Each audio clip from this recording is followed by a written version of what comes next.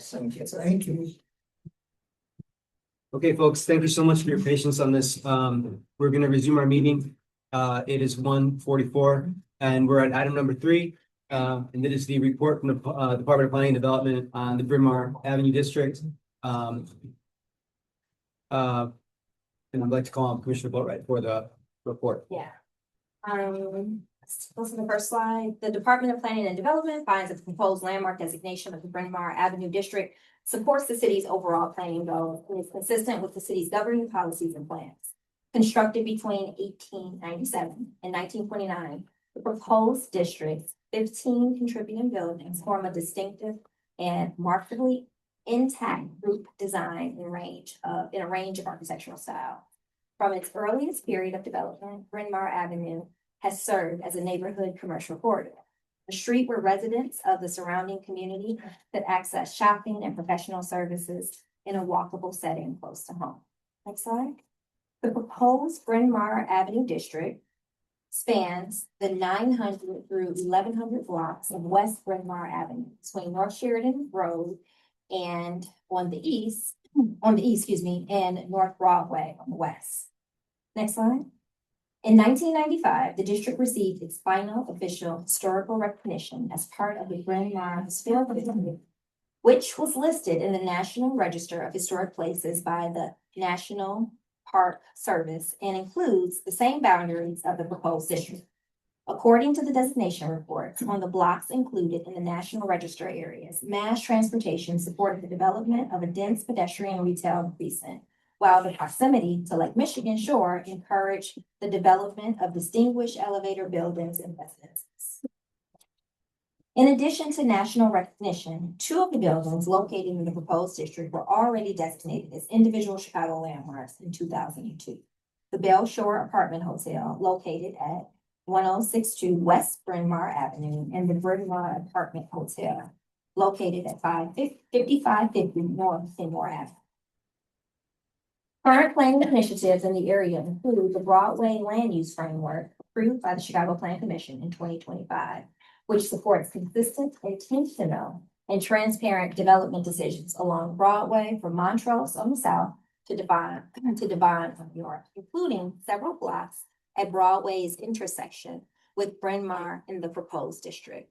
One of the framework's goals is to celebrate the unique history and culture of the corridor and surrounding neighborhoods. This goal is further articulated through the framework's identification of multiple neighborhood character buildings, which are structures that as a group demonstrate the scale and design style unique to the corridor's history, several of which are located within the proposed district. In addition, the Chicago Transit Authority's recent investment in the Red Line modernization, including the new station at Bryn Mawr Avenue, supports the pedestrian health of the public way adjacent to the proposed district. This work will be further augmented by the CTA's plans to activate the space underneath the L with plazas and pedestrian pathways. Finally, this activity is also reinforced by the designation of a pedestrian street zoning classifications under the Chicago zoning ordinance for the area along Bryn Mawr between Broadway and Kenmore Avenues in the proposed district. In conclusion, the department supports the landmark's designation of Bryn Mawr Avenue District, as advancing planning efforts and goals for the city's neighborhood commercial districts and the Edgewater community area specifically. That concludes my report. Thank you, Commissioner Boatwright. Commissioners, any questions? Seeing none, I'd like to call for public comment. And I just, while we want to just reset a little bit for public comment to keep our comments on topic and refrain from shouting, and let's keep this professional. With that, I'd like to call on Debbie Dodge. Hello, again, I'm Debbie Dodge with Preservation Chicago. And Preservation Chicago completely supports the designation of the Bryn Mawr Avenue District. However, we would like to ask the Commission to consider making 1055 West Bryn Mawr a contributing building to the district. It was the first new construction on the avenue after the Depression, and it was built in 1935, slightly outside the time you're talking about, but it would, I think, fit in. 1055 was designed by Alexander L. Levy and has been recognized by Julia Baccarat, the noted historian, preservation planner, and urban design professional. As she points out, Levy gave this commercial block a distinctive, streamlined design. The building retains its signature art moderne style, as well as its original storefront configuration, despite some changes over time. To many, it is a landmark of the neighborhood and became the new location of Hamburger Mary's, for example, as soon as the owner, a nearby resident, learned that the previous restaurant there was closing. So thank you for considering adding this to the district. Thank you, Ms. Dodge. I'd like to call on Yuki Lee. So UP Research Assistant with Preservation Chicago. I'm also here to support the Bryn Mawr Avenue District designation. And this district is a remarkably cohesive historic commercial corridor and a walkable neighborhood retail street in Chicago. You can also clearly see the consistency in the scale, storefront, and overall character of the buildings, which really gives the street its identity. Beyond its physical integrity, Bryn Mawr Avenue has long served as an important cultural and community anchor, especially for local small businesses and immigrant communities. Additionally, this designation aligns with the city's broader planning goals and will help preserve not just the buildings, but the overall character and the identity of the neighborhood. Thank you. Thank you, Ms. Lee. We'll try this one. I think it's Mr. Todd Basut. I was going to speak about the demolition. I don't know if you want me to wait till that point or not. I think, wait, Yeah. Let's go. and then we'll come back to you, and then like to call on Ms. Jessica Jackson.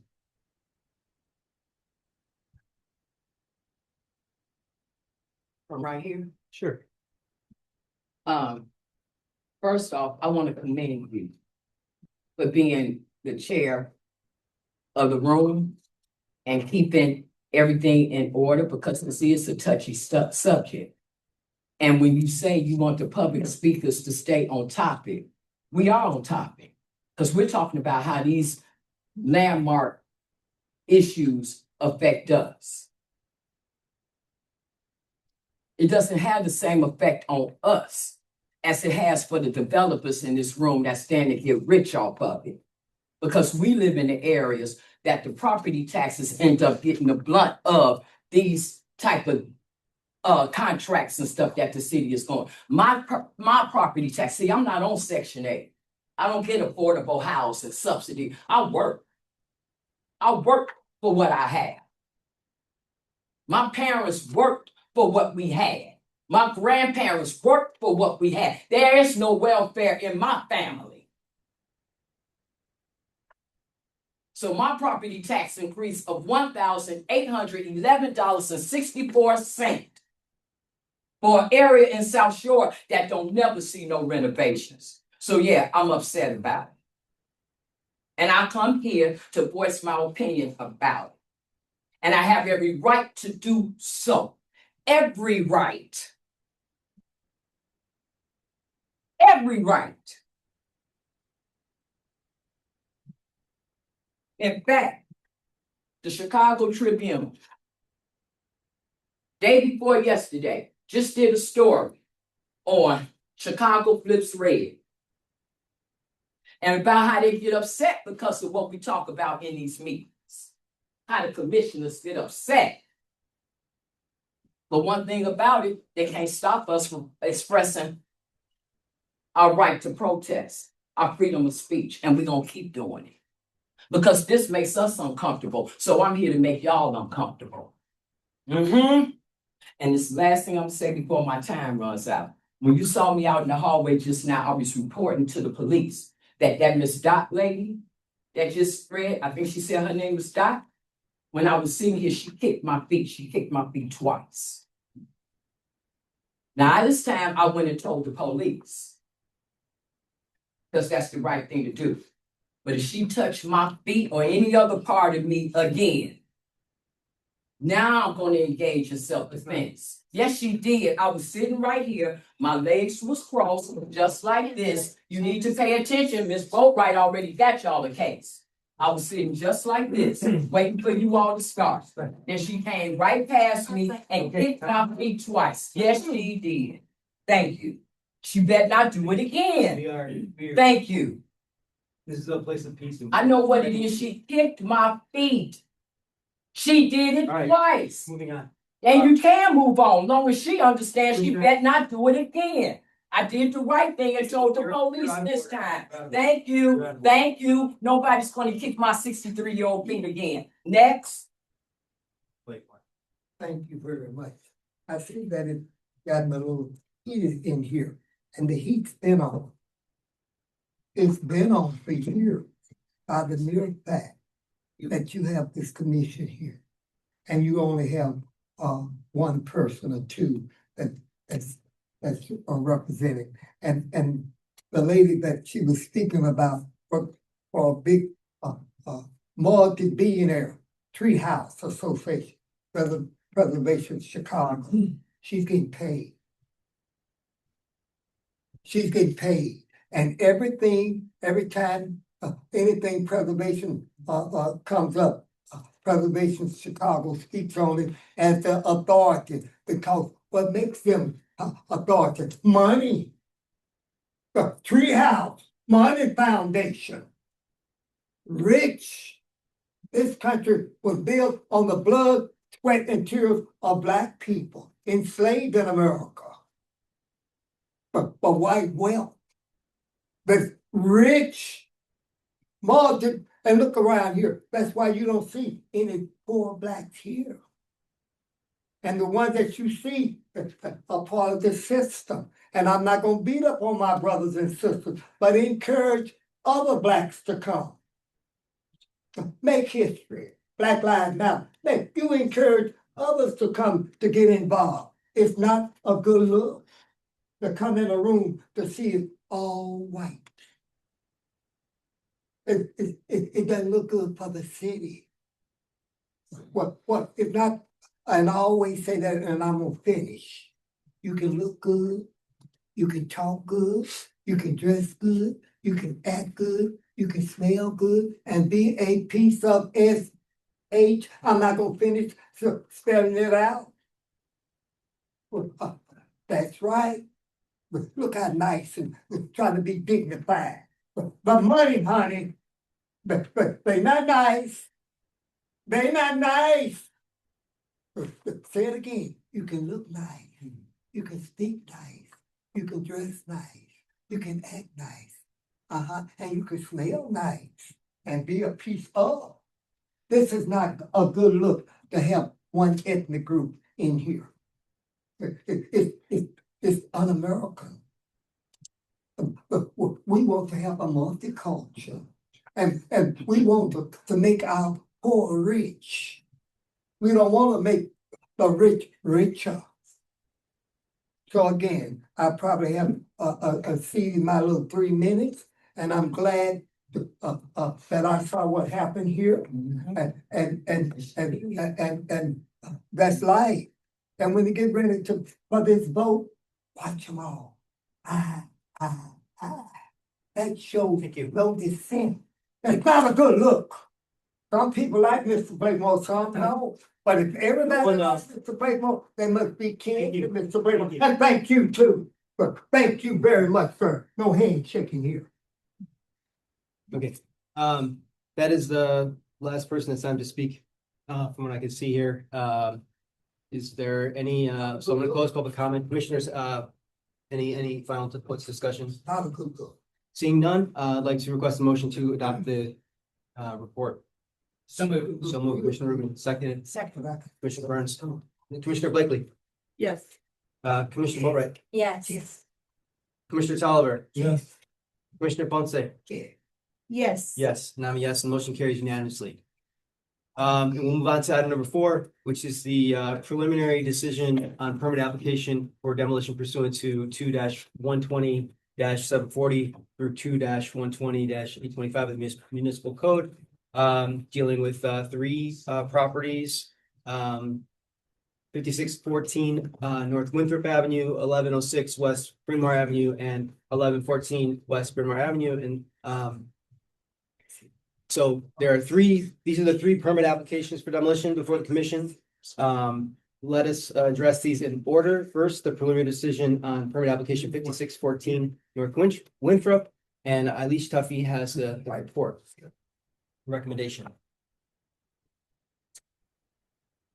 Good afternoon, Commissioners. Eilish Tuffy, Preservation Staff.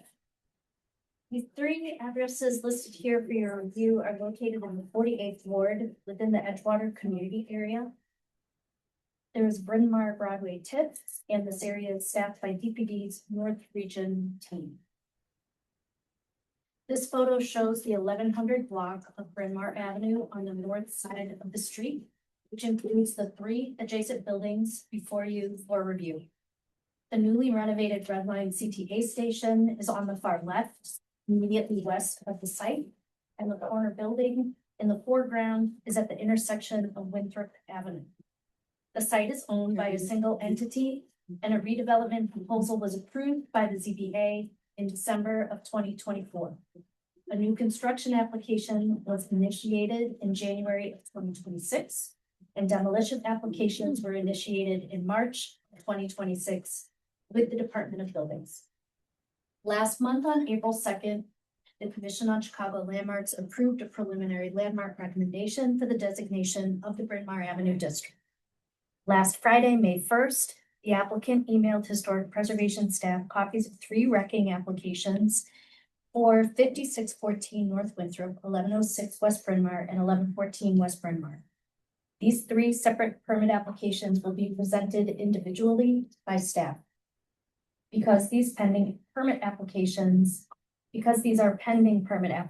that have not yet been approved or issued by the city, the proposed demolitions on site are subject to review by this commission.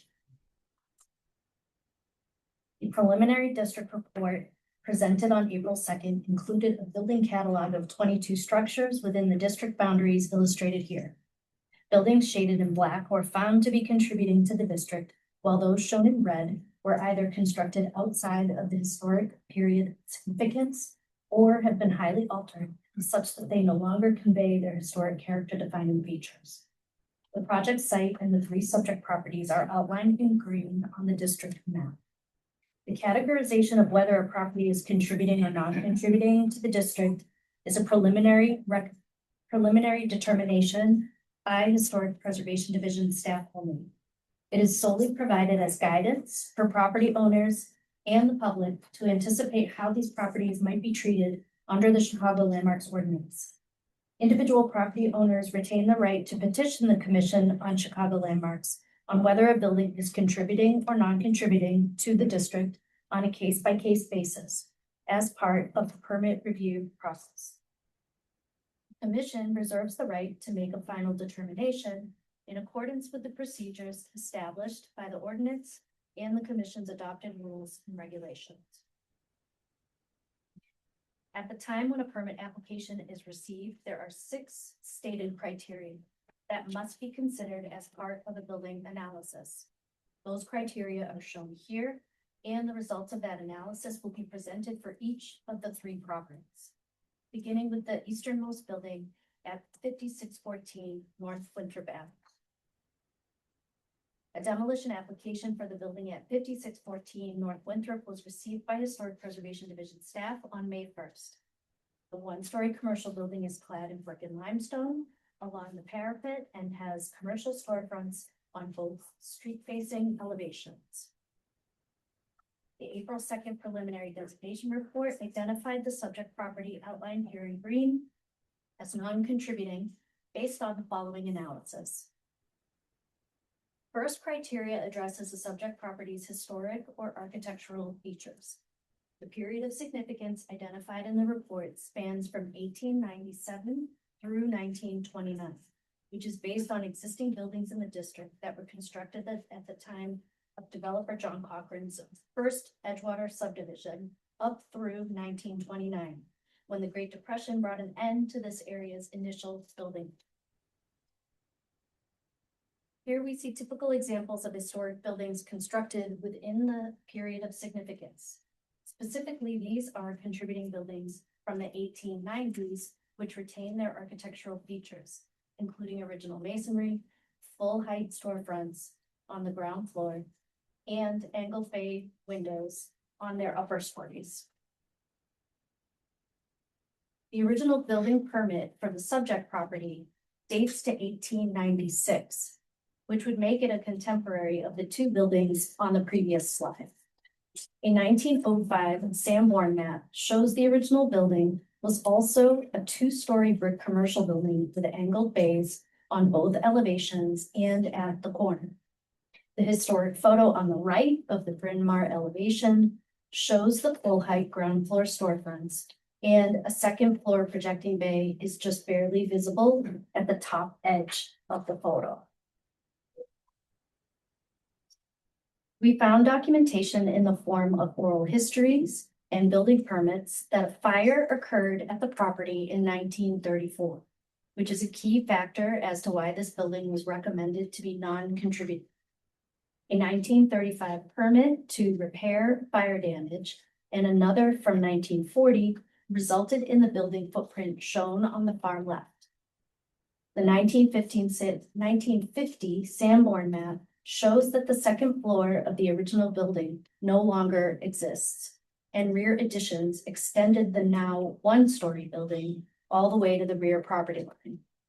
Given the available documents, we cannot definitively say whether remnants of the original structure are or are not buried behind the existing facades. We do know the building served as an A&P grocery store beginning in the mid-1930s, and the 1935 permit lists Leo B. Steiff as the architect, who designed several other grocery stores in Chicago during the 30s and 40s. The middle photo dates to 1980, when the A&P grocery was replaced by J&R Supermarket. This photo and the current image on the far right illustrate the property's architectural features no longer bear any resemblance to the 1896 historic structure. Second criterion compares the existing building to the district's historic and architectural characteristics. Looking at architect Leo Steiff's portfolio, the architect designed several one-story grocery stores for different chain stores during the 30s and 40s, and his name is listed as the architect of record on both the 1935 and 1940 repair and addition work to the subject property. Contributing buildings in the district are turn-of-the-century revival style architecture as seen here, ending with early Art Deco high-rises built in the lead-up to the Great Depression. Based on Steve's redesign, subsequent changes in 1940, and more recently between 2004 and 2008, the current structure does not bear similarities to character-defining features of architectural styles indicative of the district's 1897 to 1929 period of significance. None of the existing characteristics of the building are discernible as an 1896 historic commercial. Criterion 3 discusses general site characteristics within the district. The historic commercial buildings were built out to the curb with zero setback. Corner buildings are designed to have storefronts and architectural detailing on both street-facing elevations. The subject property is built to the property lines on Bryn Mawr and Winthrop. Has storefronts across the ground floor and architectural detailing on both street-facing elevations. On the Bryn Mawr elevation, the portions of the large storefront window with its high brick bulkhead and the width of the vertical piers are inconsistent with historic one-story commercial buildings in the district. Criterion 4 discusses the general size, shape, and scale of historic buildings in the district. The top photo shows another grouping of one-story contributing commercial buildings immediately west of the L-traps. The lower photo of the subject property shows a comparable roof height, width, and depth, making it overall compatible with the range of commercial building sizes and scales in the district. However, the subject building was originally constructed in the 1890s as a two-story building and no longer retains that historic building's original size, shape, or scale. Criterion 5 addresses building material character, color, and texture. While the subject property is of compatible brick and stone cladding, due to the extensive alterations that have occurred after the 1934 fire and in later years, including the loss of the second floor and new materials added during rehabilitations after the period of historic significance, the amount of the one-story building that might be original to 1896 is not obviously visible or discernible as viewed from the right-of-way today. Criterion 6 discusses the reversibility of changes to a property. The evolution of the site began with an 1896 building that, based on the Sanborn map building form details and historic photos, would have very likely had similar appearance to this contributing building on the far right, which was built just 1 year later. Using this image on the right as a general guide, we can then revisit the building's current condition. For the purposes of this criterion, staff finds the changes that have occurred to the building since the 1934 fire are not considered, quote, easily reversed or removed, unquote. In order for alterations to the subject property to be reversed, the size, shape, scale, and architectural details of the original 1896 building would need to be recreated through demolition of the 1935 and 1940 rear additions, reconstruction of a second story, and replication of period appropriate details, of which little documentation is known. Based on this full analysis, staff recommend that the commission find that the masonry building located at 5614 North Winthrop Avenue, which was highly altered from its original 1896 form after a 1934 fire and subsequent redesign by 20th century architect Leo Seif, lost its second floor and overall no longer reflects the character defining features of revival style architectural precedents dating to the district's proposed 1897 to 1929 period of significance. So is therefore non-contributing to the character of the proposed Bryn Mawr Avenue district. And second, find that the demolition of the building located at 5614 North Winthrop Avenue will not have an adverse effect on any significant historical or architectural features of the proposed district. And third, issue a preliminary approval of the demolition application. This concludes staff's analysis for this particular property. We do have members of the project team here and they have prepared a presentation that we could have them address now before we do the other two buildings. Unless you want to divert to that. Let's just, let's go through all of them and then we'll hear from the applicant.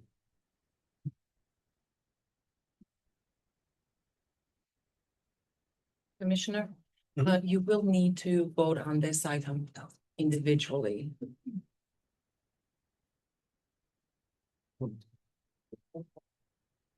Okay.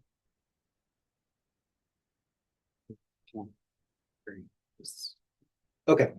I guess then, let's pause, let's stop on this item since we just heard the presentation. Any questions, commissioners, on this on the report? On the recommendations? Or would you like to hear from the owner? Let's hear from the owner.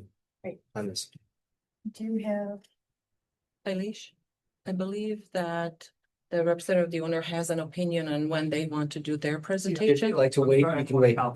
Yes, three separate motions. We have no objection. Okay. To this matter or the next one. Sure. It's the third one. course. That's at issue. So we have, if there are questions, we're happy to answer them.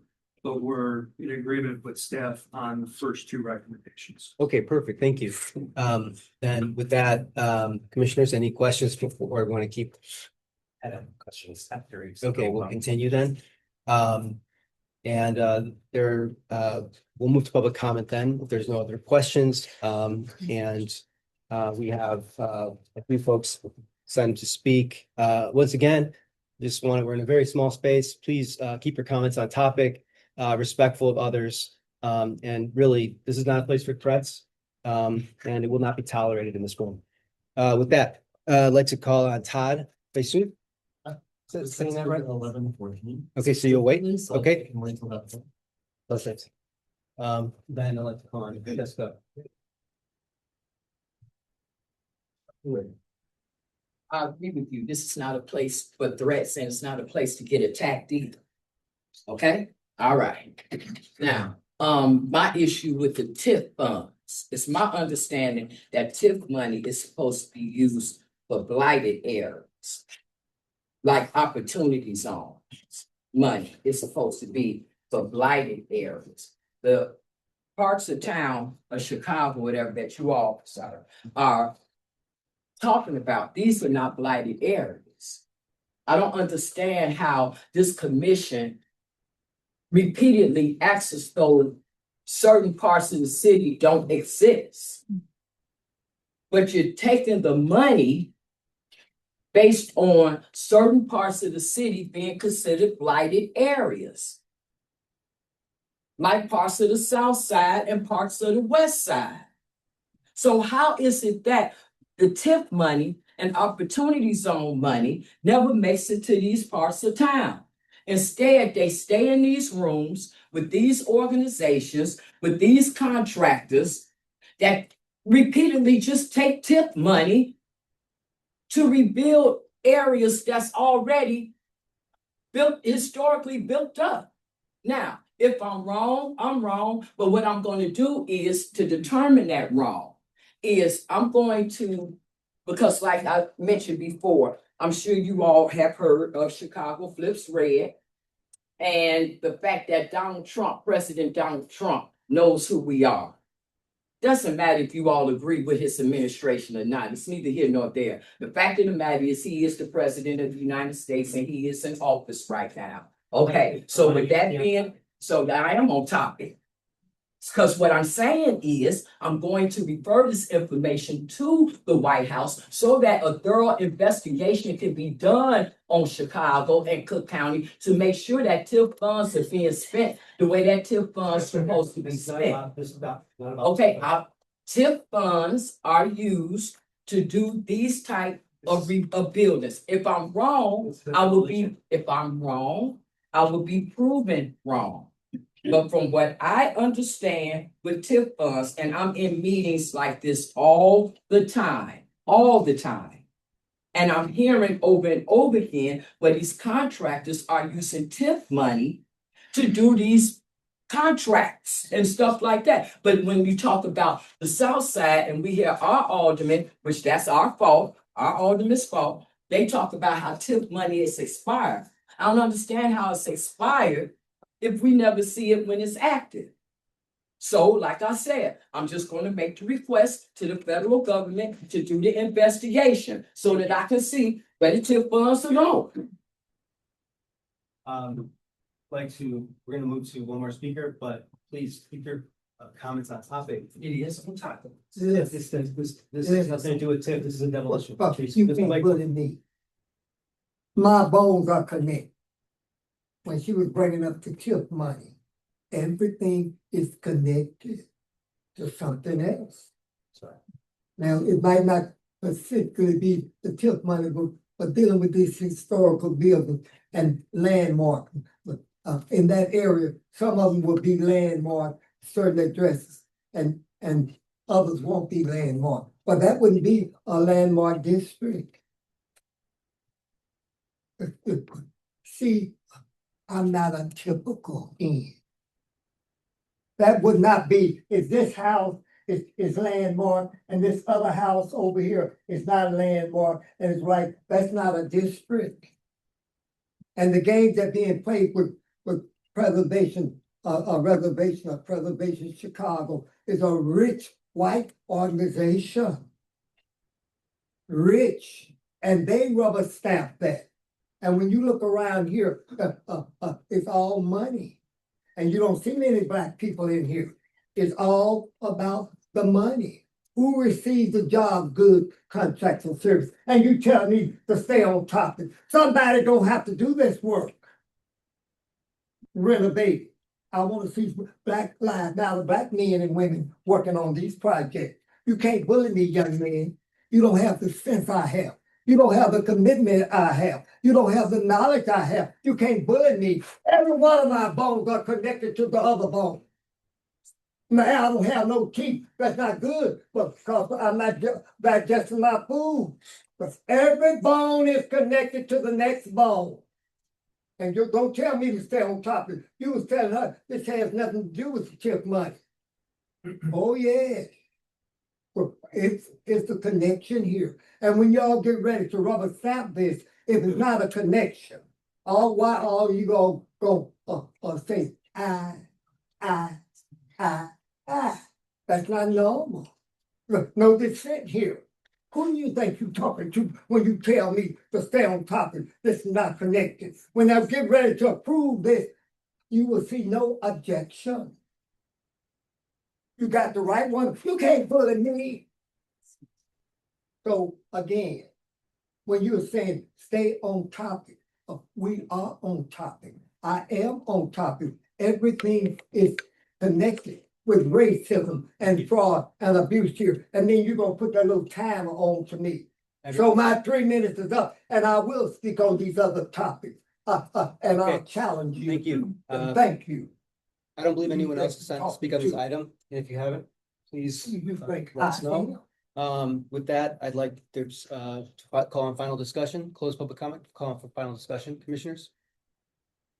I just want to note that for the record, that the demolition permit application, the address noted for the location of work does not match the report. Okay, Yeah, that is a typo on behalf of that. okay. It's not connected. All right, thank you, Commissioner Blakely. Mr. Rubin?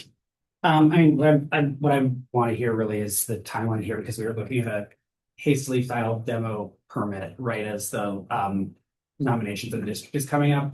I want to hear about, I mean, if we're looking at a historic district, we're going to have to review not just the demolition, but what the plans would be for infill. And because we're not there yet, we don't have the full information of what would happen if this building did come down and how long we'd be waiting for the next thing to come up, because that project would also come before the commission. And I'm wary to see 2, possibly 3 empty lots on this stretch of Bryn Mawr right next to Revenue CTA station. There is an application for new construction filed, and the applicant's presentation has renderings of the proposal that's coming. Okay, so that's something we'd be considering today. No. Chairman, if I can also add to that, I'm sorry, Eilish. The point that you're making is a very good point, and this has been discussed in the past. The issue that we have, though, is when we receive a permit application by ordinance, once the application received, the commission has 15 days to either preliminarily approve or disapprove an application. So if we were reviewing this pre-permit, we can take time to review both at the same time. But in a situation where an application is submitted, we are obligated by ordinance to act on it, regardless of any other considerations. Okay. Thank you. That's very helpful, Deanna. That is. I had a similar question, so I appreciate you raising it, Commissioner. Okay, thank you, Commissioner Rubin. Thank you, Commissioner Burns. Any other points, commissioners? Seeing none, I'd like to request a motion to adopt the staff recommendation for the permit application for demolition of 5614 North Winthrop. So moved, Commissioner Blakely, seconded by Commissioner Boatright. Commissioner Rubin? Yes. Is a yes. Commissioner Burns? Yes. Is a yes. Commissioner Tolliver? Yes. Yes. Commissioner Ponce? Yes. Is a yes, and I am a yes, and the motion carries unanimously. Now we will address the preliminary decision on the permit application 1106 West Bryn Mawr. And I believe Joyce Ramos is doing this report. Thank you, Commissioner. A wrecking permit application for the building located at 1106 West Bryn Mawr was received by Historic Preservation Committee staff on May 1st. The one-story commercial building is clad in brick with commercial storefronts on the street-facing elevation. The April 2nd preliminary designation report identified the subject property outlined here in green as non-contributing based on the following analysis. At the time when the permit application is received, there are 6 stated criteria that must be considered as part of the building analysis. And those criteria are shown here, and the results of that analysis will be presented for the property, again, located at 1106 West Bryn Mawr. The first criterion is that the subject property exhibits the significant historical or architectural features described in the designation ordinance. The period of significance identified in the report spans from 1897 through 1929. The original permit for construction for the subject property has not been found. However, it is assumed that the building was constructed sometimes before 1905, as a one-story brick commercial building is shown at this location on the 1905 Sandpark map. Second criterion is that the subject property exhibits the general historic and architectural characteristics associated with the district. The proposed Bryn Mawr Avenue district is distinctive for the fine detailing and craftsmanship as seen in the building elements such as cornices, windows, and doors. The overall collection of stylistic examples range from excellent to modest, illustrating classical revival, Queen Anne, Romanesque revival, Gothic revival, Mediterranean revival, and arts and craft influences, and the high quality use of materials including brick, stone, terracotta, and metal. The facade of the subject property is clad in non-historic brown brick that utilizes modern day construction and masonry Joyce, if detailing. you could speak up a little bit, should help. The building lacks the fine detailing and craftsmanship that is representative of the historic buildings in the district. The design of the parapet and coping is simplified and unadorned, which is not characteristic of the buildings in the district that featured cornices, varied roof lines, and decorative stone detailing. The design of the facade is so minimal and is devoid of any ornament found in other buildings that incorporate brickwork patterns, varying materials, and articulation. The third criterion is that the subject property respects the general site characteristics associated with the district. The subject property is located mid-block on Bryn Mawr Avenue and is consistent with the scale and relationship to the sidewalks for the district's buildings. Criterion 4 is that the subject property exhibits the general size, shape, and scale associated with the district. The proposed Bryn Mawr Avenue district consists of 1 to 3 story commercial buildings as well as large apartment buildings. The subject building is one story in height and is consistent with the general size and scale of the other buildings in the district, such as the buildings shown here at 1126, 1140, 1122, and 1109 West Bryn Mawr. The width of the lots varies across the district, but is similarly sized to 1122 West Bryn Mawr. Criterion 5 is that the materials of the subject property are comparable with the district in general character, color, and texture. Typical historic materials found within the district include brick, terracotta, and limestone, and are all of masonry construction. The decorative treatment shown in cornices, varied roof lines, patterned brickwork, and bands of trim, for example. The subject property is clad in newer brown brick, and the brick is hard fired, lending the brick surface a sheen, which is not compatible with other buildings in the district. The facade also does not feature any decorative elements. Criterion 6 is if the subject property has been altered in a manner which is contrary to those criteria. These changes can be easily reversed or removed. Throughout the subject building's history, it has been altered to accommodate a number of different businesses that have occupied the building. And as evidenced through historic photographs, the cladding materials on the front facade have been altered over the years. Photos from the 1960s, 1980, 1983, and 1994 show the building clad in vitrolite, which is a pigmented structural glass, which was popularized in the first half of the 20th century. The 1983 photo at center shows a missing vitrolite panel that reveals the mastic that was used to adhere the back of the panel to what is assumed to be the original brick facade. In 2007, Google Street View shows the facade boarded up. And in 2009, Google Street View shows a new brown brick facade that appears to utilize modern day construction and masonry detailing, such as the lack of headers on the brick bond and weeps in the mortar with no historic material remaining. In that same year, a building permit was issued for the rehab of existing one-story masonry building. It is assumed that the exterior wall is completely new with no historic material buried behind the new brick, as the facade closely aligns with the adjacent buildings. This is a substantial change to the original design and is not reversible. The same facade exists today. So given the previously mentioned analysis and criteria, staff recommend that the commission, 1, find that the masonry building located at 1106 West Bryn Mawr Avenue, constructed circa 1900s with extensive alterations made to the facade from the 1930s to the 1990s, and complete replacement of the brick facade in 2009 is non-contributing to the character of the proposed Bryn Mawr Avenue district. And find the demolition of the building located at 1106 West Bryn Mawr Avenue will not have an adverse effect on any significant historical or architectural features of the proposed Bryn Mawr Avenue district. And 3, issue a preliminary approval of the demolition application with the condition that care shall be taken to not damage the adjacent 2-story building during demolition. And if any openings are exposed on the east elevation of the 2-story adjacent building, that they shall be securely covered and weather tight to prevent water infiltration and exposure to the elements.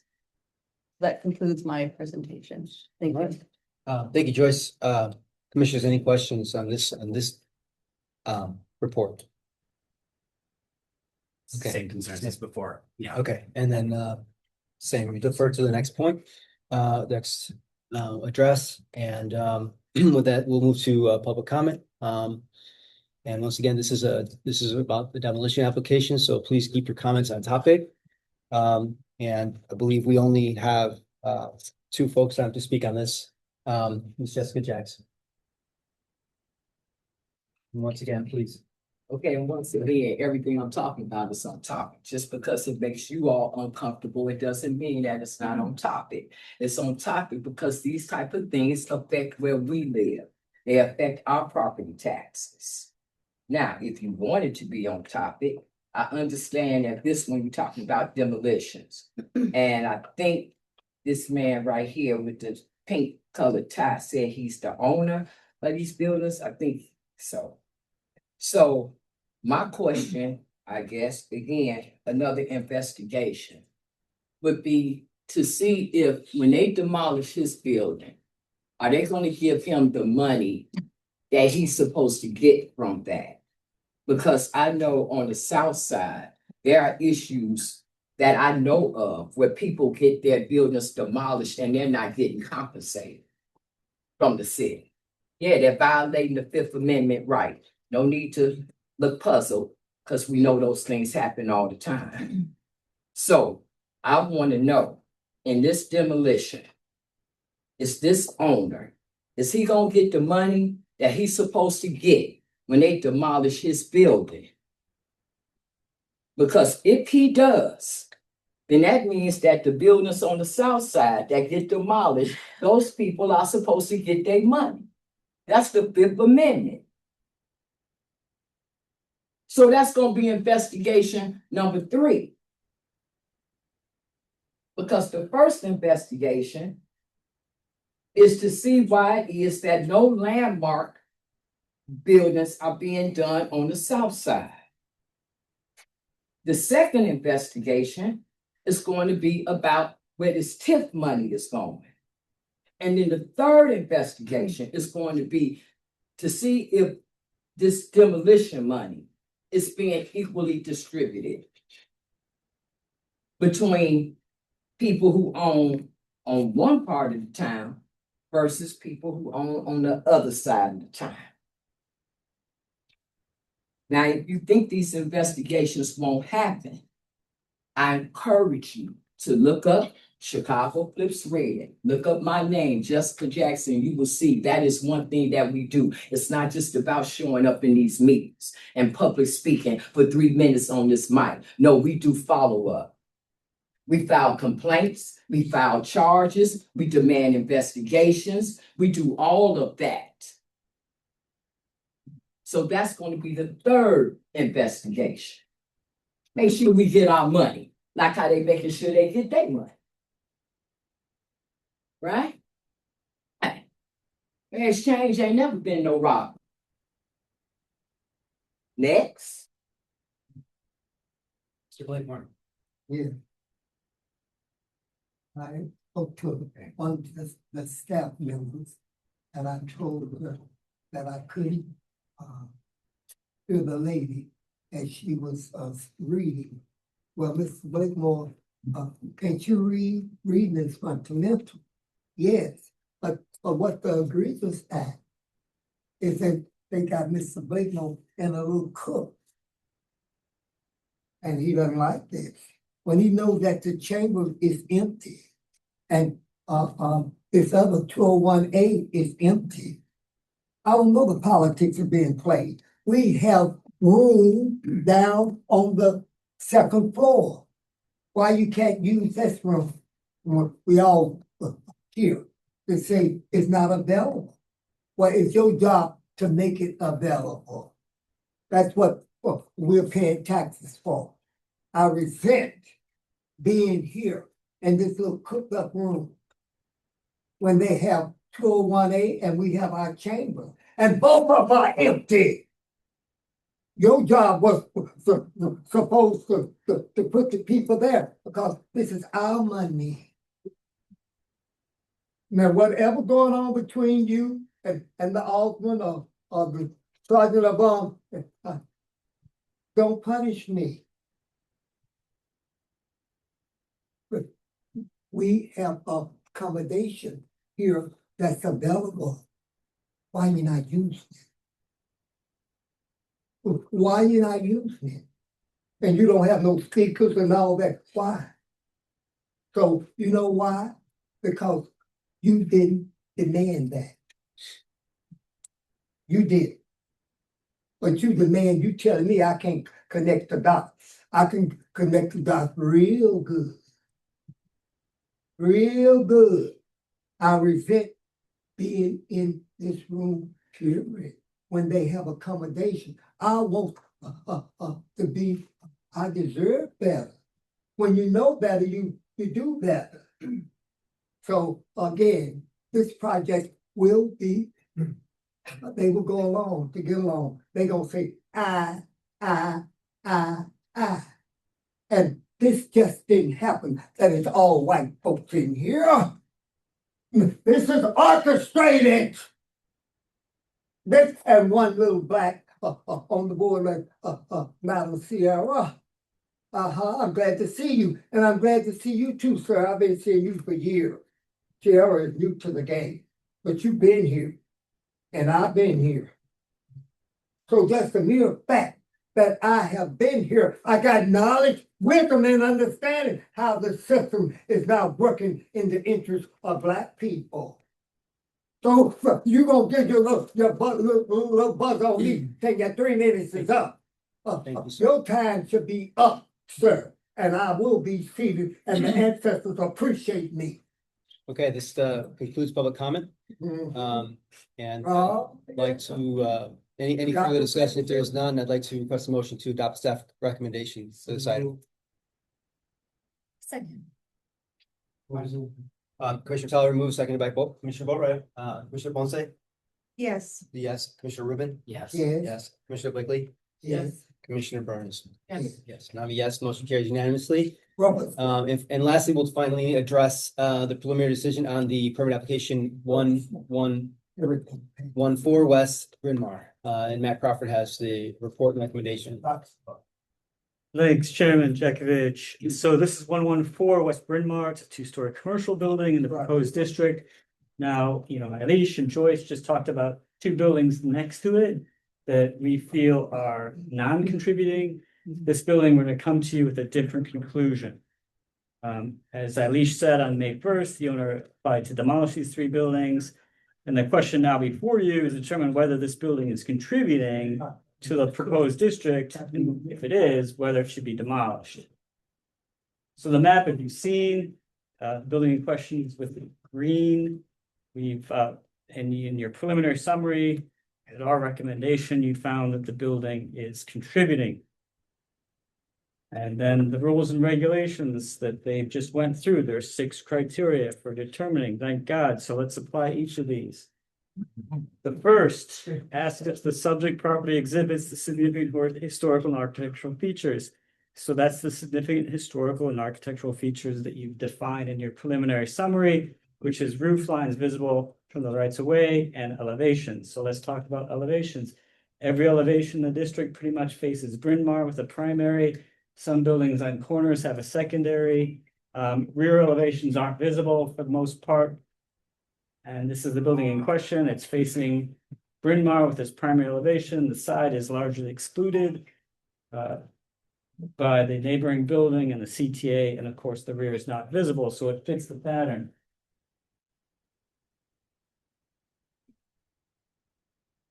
Thank you.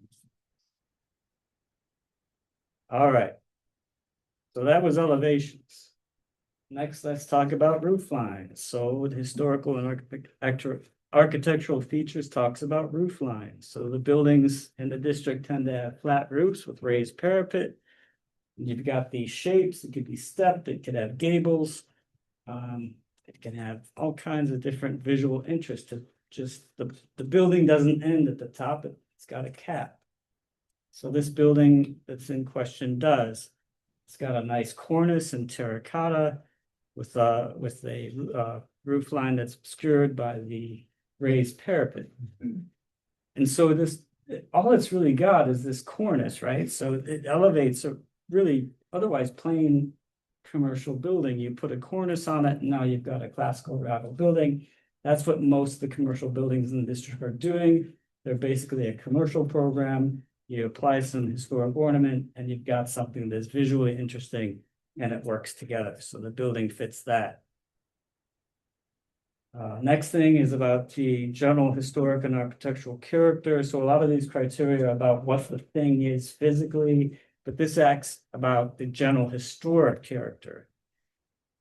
So the building, we know, I've got permits, unlike my colleagues, they didn't have permits. I've got permits. This was built in 1909. Clearly within the period of significance. It was commissioned by a pharmacist who owned a property down the block. That was the one that Eileen showed that's now gone. The building is marked with a green circle in this photo. This is a remarkable photo. You can see the gates from when the L train wasn't elevated. So that was a big deal in Chicago, getting the L trains off the street. That was a really big deal. So its solidity within the period of significance, it housed businesses that served the neighborhood residents, and that was what all of these commercial buildings did. So just looking at the records, you know, you can look in newspapers and find out who was here. You had Delmar's Candy and Ice Cream Company, which served fresh peach during the summer. You had Sweets Restaurant. It was a growing neighborhood at this time, so you had 3 real estate agents located in this building. There was a great guy named George Peronis who would shine and repair your shoes in 1917. By 1929, Miss Mary Elizabeth ran a dress shop here, and she could have her laundry cleaned here in the Far East Laundry. The second floor loft of the building housed a dance hall and billiard parlor for many, many years. So the building functioned consistently with what a neighborhood commercial district is. Moving on to criterion 3, which Alicia and Joyce talked about, everything is built to the street to maximize rent. And so that's what this building does. Moving on to criterion 4 about scale. So the building in question, you see the smallest commercial building and then some of the largest. We're right in the middle, small, medium, large. So it's fairly typical scale. And that brings us to criterion 5. Talks about color, texture, and character of material.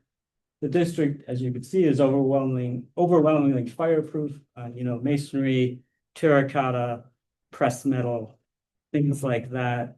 The subject property is obviously brick. The color is a little bit off. Most of the buildings during the period of significance didn't have glazing. That came later. So this building is a little bit of an outlier there. And then how much has changed? So the alterations somehow kicked this building out of contributing status. We don't think so. As you can see, the storefront's been changed. But the building's over 100 years old, 114 years old. So you're going to see storefront changes and window changes. That's pretty so. Our conclusion is based on the guidance found in your rules. We find that the significant historical features are what you just defined already. So roof lines and elevations. Second, we recommend that the commission preliminarily find that the building constructed in 1909 as a commercial building contributes to the character of the proposed district in terms of its age, function, material, and design. Thirdly, we recommend that you preliminarily find that the demolition of this building is a per se adverse effect on the significant historical and architectural features of the district. Fourthly, pursuant to 2/12780, preliminary find that demolition of the property will adversely affect the property itself and the district. And finally, number 5, we recommend that you issue a preliminary decision disapproving the demolition application. So that would mean some other things. A preliminary decision to disapprove this application would initiate an expedited consideration of not only the landmark ordinance for the district, but as well as the permit, and that's to protect the applicant. Pursuant to section 2/12820, this body must schedule and conduct a public hearing on both the proposed district designation and application for demolition permit, and notify the city council of its recommendation within 90 days of the permit application that was received by the commission. So we got that on May 1st. So that's if you vote to disapprove this application, we would be on an expedited timeline. I'm here to answer any. Thank you, Matt. Of course, the owner is here, but do we have questions for Matt before we hear from the owner and hear the presentation? You want to- Sure, hi. Thank you, Matt, that was a great presentation. I think what we're chatting about over here, so the last two that we heard, we were put to the position that if we have to make a choice of voting for or against allowing demolition on a non-contributing property, and basically because this is already being put forward as a landmark district, we can't defer that decision.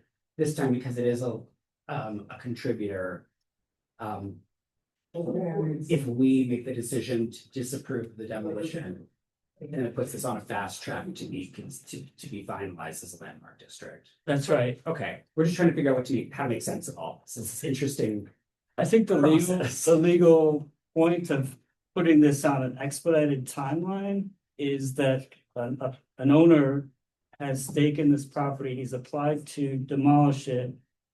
And that puts a certain onus on government to make a decision about his application of property. We can't dither forever. You can argue that that's, unfair to certain other parties, but that's what the law says. Okay. So even though today we'll hear from the owner and potentially see some plan for what is being developed for the property, we're not actually voting on that. It would just be a presentation of what it might look like. However, considering that we're looking at 2 non-contributors and a contributor, and I don't know what we're going to see in a moment, whether that contributor is integrated into a new development or whether it's not, we're shooting in the dark a little bit. Well, you have to decide on demolition apps. That's definitely before you. What you're going to see in terms of a new building is, I don't think there are permits. They're not before you to decide on when this new building is. I think it's more about, here's what we're thinking. Okay. If I can add, as the rules identify different criteria for evaluating different proposals. So for demolition applications, you have this criteria to consider. When you at Permit Review Committee review new construction, you will have different criteria to evaluate new construction. Great. And they are separate applications and they are treated separately. But the timeline of review, again, with the ordinance is spelled out when you receive an application. Okay. So we cannot also make a demolition contingent on the approval of the new construction if it's a permit application. Exactly. So as we have a conversation about on topic and what the Commission on Chicago Landmarks is actually charged to do and not do, we are in a position to determine whether a property qualifies as a landmark or does not qualify as a landmark. And if so, whether we're in a position to advise for or against demolition. That's all we do. That's all it is for this. For today. This application. When we bring the application for new construction to Permit Review Committee, you will be evaluating that. Okay. And if we were talking about tax sale considerations or anything like that, that is a very different meaning. That is not what we're talking about today. It wouldn't qualify for that. It's a new construction. Okay. So as we're talking about staying on topic, I just want to really reiterate. That's what's being discussed today, and this commission has no authority to talk about anything else right Okay. now. Okay, thank you very much. Thank you, Commissioner Rubin. There being, I don't believe any other questions on this. I think we should hear from the owner. Like to invite you. It's kind of. It's not ideal, but. The room is mic, but if you could project so everyone can hear. Move over. That's.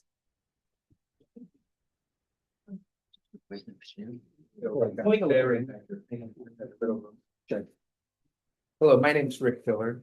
I'm the president of the Harlem Urban Companies. And I'm with Katie Lambert, one of the principals at OKW and designer. And Nick Vasikas, who's with Sam Banks law firm and our representative, our law representative. Just a little background on Harlem Urban Companies, because I think it kind of tells you where we're coming from. We're celebrating our 70th year as a company this year. I'm celebrating today my 31st year as president of the company. During our last 31 years, we were instrumental in many projects in Chicago. Our most notable is University Village. I was personally involved with Maxwell and Halstead and the recreation of facade activities and what you see there today. So $750 million project that took us 12 years with a joint venture with the city of Chicago, the university, and private development. In addition, we contributed to many neighborhoods. We're responsible for all of the Home Depots that were developed in the city of Chicago. We are responsible for in Austin, North and Cicero, the old bus barn that was blighted. And roughly 25 years ago, we brought a grocery store and 200,000 square foot shopping center that we continue to own this day.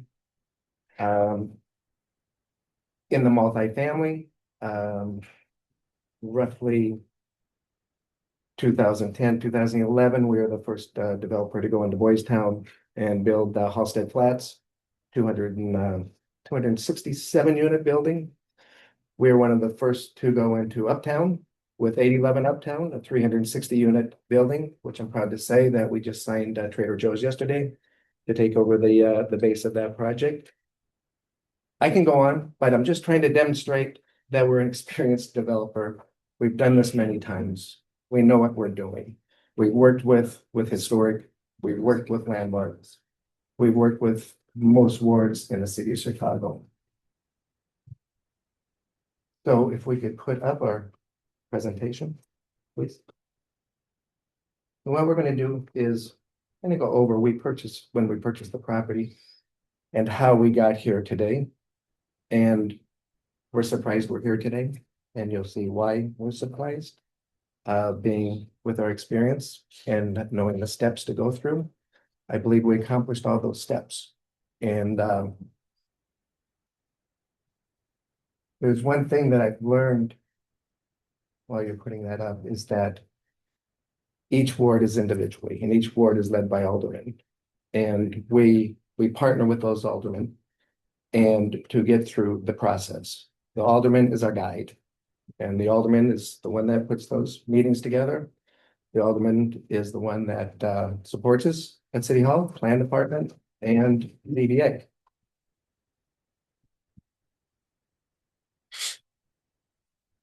I can only advise for so long.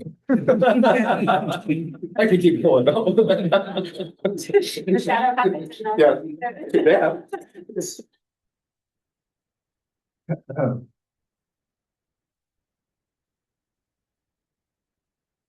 So what you're going to find when the presentation comes up, the land that the property we have, as to your questions, we have full permits. We have made our building permit application. We have received comments from the planning department on our application. We have received, as we will show you, many approvals through that process. Um, we have, and I will share with the commission. We have what is something that is extremely valuable today. And that's, we have a loan to build this property. You don't see many towers out there throughout the Chicago because it's tough to get a construction loan. And you asked about the timing of that building permit, the demolition permit, you'll see that demolition permit corresponds with the term sheet of our financing for the project. So the project isn't an idea. A project is fully vetted with full construction drawings that have been vetted, that is being vetted through the building department. Building department has given us instructions to change, which we're in the process. We made our demolition permit, as we always do, through the demolition contractor. And what happens in that, you make your permit, you get your number, then you have to contact all of the utilities. And that takes 6 to 8 weeks. And that's the process that we're in. It's not like we're waiting for somebody to give us permission.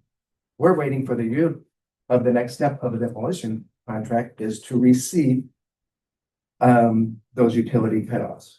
And then that goes to the city and that completes your demolition, and then you can go demolish.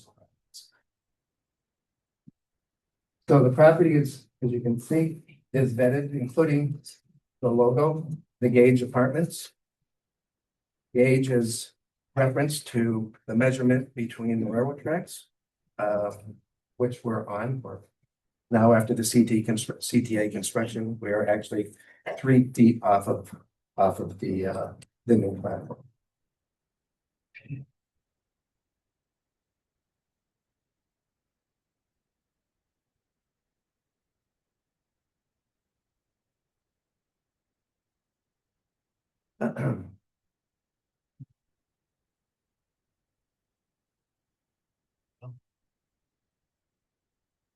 Okay.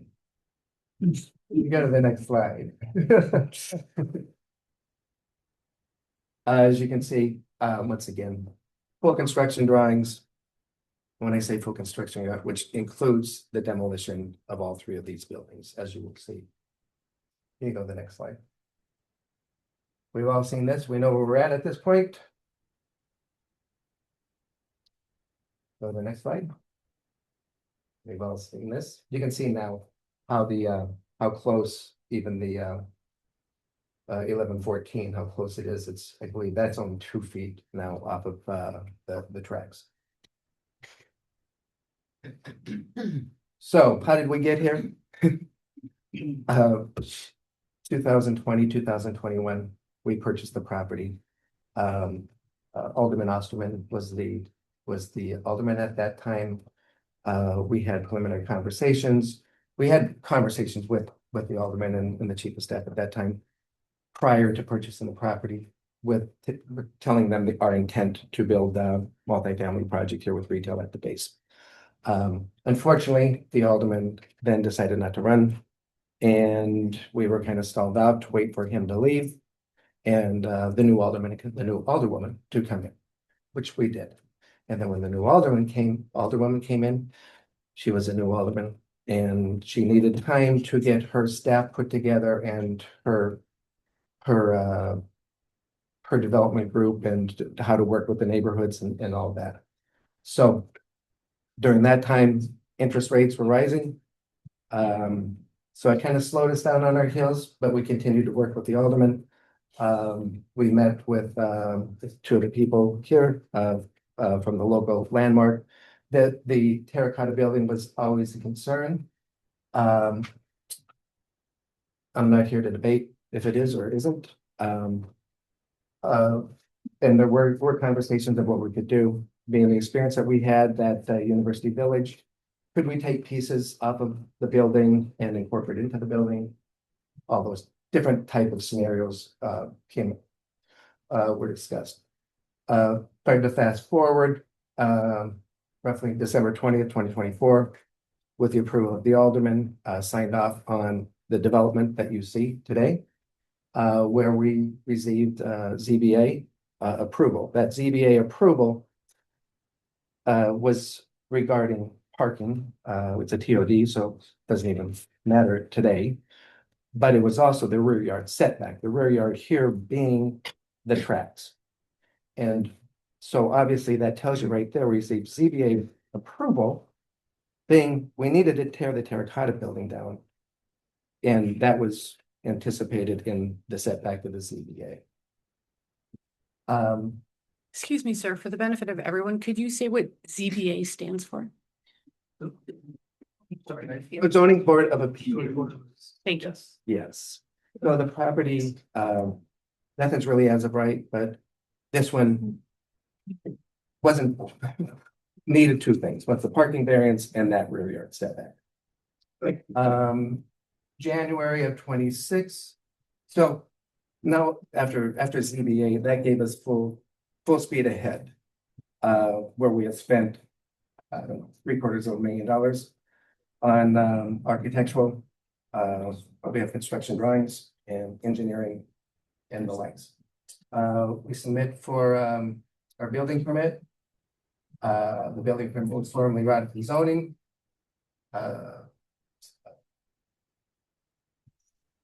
Landscape and zoning comments were issued to the team, construction. So a big one here, construction financing term sheet agreed with Associated Bank. That's on March 10th. And because it is significant, I will actually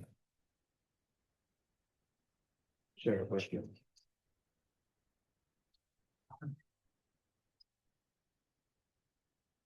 So you'll see that the total cost of the project. The loan is for $22 million. Yeah, University has them down. We already have purchased the property and are committed another $10 million of equity to the project.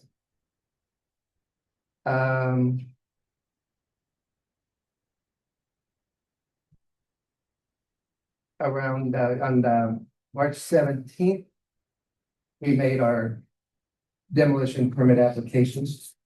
That was also with the Alderman's office directing us to do so. Being that it was the Alderman's office belief that by making our application for that demolition would negate me being here today. And so that is the rub. We knew about the historic overlay. We knew what was going in there, but we're guided, as we always have been guided, by the alderman of the project, the alderman in the ward which we are in. We wouldn't have invested at this point close to $5 million in this project if we'd known I would be standing here today. You can look at our track record in the city of Chicago. I've never been standing in a situation like this in county. So you can see how far along we are. We are anticipating construction start of August 17th of this summer to be able to construct this project. So with that, I will have Katie walk you through our architecture and how we got to where we are and why we're at work. Yeah, definitely. Thanks, Katie. No problem. And I think if you want to advance through these are really just highlighting the current permit status and all of the approvals that we've already received for this project. So here we're kind of, I guess, rewinding back to 2021 when we were really beginning the design of this project. And we just wanted to give you all who obviously weren't there a little bit of a sense of how we got to where we are today. When we were working with Alderman Osterman's office back in 2021, we were really taking direction from some of his vision for the site. And he really talked about a new construction building on this site that was going to feel like it was part of the thread of the community, going to feel at home in this community, and going to draw on some of the architectural significance that you see in this neighborhood. And so that was really the starting point. We loved the architecture of our neighboring building. The Bell Shore Apartment Hotel is really pretty spectacular. We love this idea of the vertically gained windows with the colored terracotta around them. And we're really inspired by some of the lighter tones throughout the district, as well as this differentiation that you see of the base, middle, top in the architecture. It's really special. So moving to the next slide, this is obviously the condition today. And the next slide shows our proposed rendering for the design of the new construction building that would occupy the entire site. And so really the design features that we were keyed into were a design of a base that would be out of a, light colored brick, evocative of some of these finishes in the district. We talked about the vertically gained windows on our neighboring building. We're trying to kind of recreate some of that feeling with what you see right there in the middle section of the building. And then the top is articulated differently as more of a penthouse condition, also keying into this idea of, again, an articulated base middle top. Throughout this, we have cornices, string courses, things that just add a little bit of architectural richness and interest to the building itself. So next slide shows the start of really the interior design. Again, we were very focused on the idea of this feeling at home in the community. And so everything down to the detailing of the amenity spaces and the corridors is going to have the richness and that sense of substance and history that you see throughout this neighborhood. Next slide, and next slide. So that really brings us back to where we're at today with the 1114 building. We agree that the cornice is really attractive. We also know that the first floor has been compromised over the years. And so the storefront has been replaced with something modern. The windows have been replaced. And we're at a point where, unfortunately, this building is what potentially prevents us from building 95 new housing units right next to the train station, which is exactly what we believe the city is looking for. And so we feel like we have played by all the rules. We are trying to do right by the neighborhood and by the city. And that's our ask of you today, is to take that into consideration. So I can just very briefly kind of summarize. We're certainly, Katie, think you did a great job going through kind of how we got here along the way. I think a comment was made that it's all about the roof line, and actually our building is kind of a standout with respect to the color. We're not contesting that it's an old building. We all acknowledge and concede it's a 1909 building. But we think that the changes that have been made over the years really give us a reason to bring this case to you to say, this could, if this building comes down, there's a better project behind it. And as Katie mentioned, if this building doesn't come down, the year and a half of more recent work, along with about a $750,000 investment to get to this point, would certainly be compromised. So I kind of quote Matt on this. It's about the roof. So with that, again, happy to answer any questions that you or the commission members have. Great. Thank you so much for the presentation. I know there's a representative from the Alderman's office here. Yes. Maybe you'd like to make a quick brief statement and then we can just discuss. Can everyone hear me? Yep. Hi, I'm Agnes Chan. I'm the Director of Planning and Infrastructure for the 48th Ward Office. I'm here on behalf of Alderwoman Minna Hoppenworth. She's unable to be here today. Thank you to DPD Historic Preservation staff for the analysis and the detailed presentations regarding the Bryn Mawr Avenue District and the 3 permit applications under review today in this district. Commissioners, Alderwoman Minna Hoppenworth is in support of housing, preservation, and commercial corridor revitalization along Bryn Mawr Avenue. As part of these priorities for Bryn Mawr, our office led a transparent process regarding our intent to landmark the district and to preserve this important historic commercial corridor of Edgewater. We provided information to property owners, and we directly met with property owners, including Mr. Filler, during our community outreach process. Sorry. Okay. I'll start that sentence. We provided information to property owners and directly met with property owners, including Mr. Filler, during our community outreach process. And we started this process late summer last year regarding the landmarking process and the impacts of landmarking. On April 2nd, at the Commission on Chicago Landmarks meeting, the district was given preliminary landmark status. And the Alderwoman continues to support the proposed mixed-use project as an opportunity to support revitalization of this corridor. Our office is encouraging their development team to work with city staff to seek solutions that are in alignment with the district's current preliminary status. Thank you. Commissioners, would you like to, are there any questions for the owner? I have a question and Yes, a comment. Tom. One of the many hats I wear in this city is CEO, founder of multifamily affordable housing real estate development company, 36 years, not your 70. But you mentioned you have 70 years of experience. And I know for every project we've done, there's a development team, as well as you know, the architect, the lawyers, the development consultant. Amongst the team, they know all the guidelines, the rules, the time frames for achieving the ultimate goal.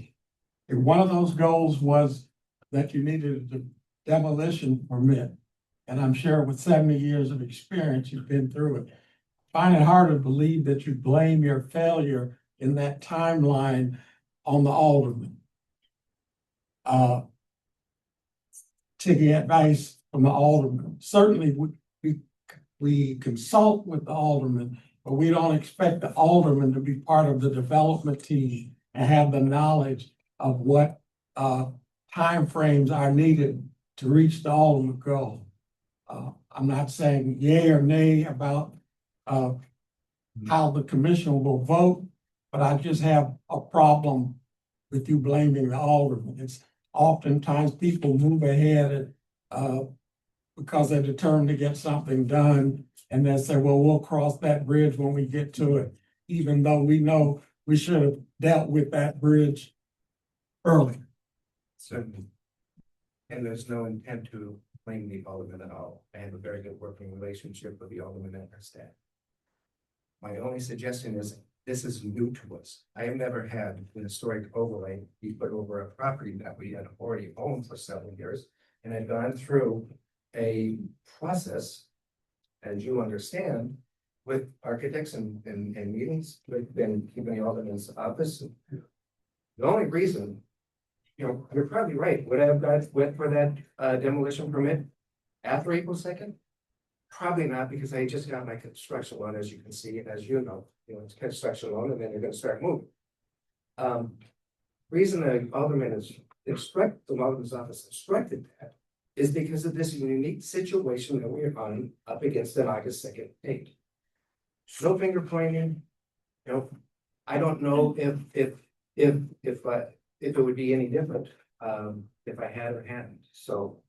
Just stating with that, I don't think anybody's gonna, from the alderman's office, would deny that. No, and once again, no, I wasn't meaning to be offensive to you. So. And if I could further just kind of explain on that, I think as the alderman's office stated, notices went out about the prospective landmark status late last summer. By that point, we were already 6 months into an entitlement period. So we had already obtained the entitlements from the zoning board of appeals for the design of the building in December 20th of 24. Took a little bit of time to get the actual resolutions, but those came in March, I believe. So at that point, call it 6 months later, then we get notice of the landmark status. We're not objecting to the landmark status. We're as Rick said, it's great. We appreciate it. The issue is that the landmark status is now potentially compromising our development, which, as Rick said, we're kind of it's a unique situation because we're entitled. We've applied, and I say entitled legally. We have the legal entitlements in place. We have a permit application, as Katie went through. There have already been department sign-offs, and then this comes. So it is a unique situation. That's why there was so much interfacing with the alderman. I agree. The alderman doesn't necessarily tell us when to file and whatnot. But in this case, we just thought it was important to kind of work hand in hand. And you heard the alderman staff person say the alderman encouraged us to come up with a solution. That's very different than saying, support this project as they're presenting. And I guess I'll follow up with what you just said. Has there been consideration? I know you guys are far in the process of design, permitting and so forth, ready to demolish and break ground, but has the existing structure, given the preliminary ruling for landmark district, now been considered as an open alternative. I just did actually the calculation on how that would affect our overall property. And it looks like we would have to eliminate 20 of the 95 units in order to keep that building on site. And so, based on the development performance, it's just impossible. Financially impossible. You'd walk away from a 75 unit building in a TOD zone. But I don't know if we'll be able to get financing for it, because right now the financing is based on the 95 and the full flood. The other problem with it, there is a way. You can talk about the facade, which I think everybody in this room agrees. The upper part of the facade is the only real historic significance of that building. I think the gentleman that gave the report said the same thing. No significance of the rest of the building. So to suggest to save the entire building, which isn't feasible, there's nothing I can do with it. The other thing is the water table at this site is at 6 feet. And the entire site is sand. Makes it very difficult. And in a 1910 building, that foundation that's sitting on is stacked stone. They stacked the rocks. Demolition of the building next to this without significant dollars to somehow anchor those stones, that building will fall. So yeah, it doesn't mean I can build a 75-unit project. Plus the basis in our project would never support the little rent we would get from that building on the retail side, because retail in today's world needs a lot more than what is in the 1910 building. So it is, I'm really dim. I'm at a it's all or nothing kind of situation. If you're talking about saving the entire building footings, foundations, saving cornices, incorporating that. There's always a way. Look at University Village once again. We have a parking deck there that has historic facades covering a park. Is it expensive? Yes. Thank you, City of Chicago, for paying that. And I think that's where if there is a pathway to incorporate some of the features, whether it's interior to the building or the exterior, it's something we're certainly open to. But I think the question that was asked was, if the building stays, it becomes a completely different project.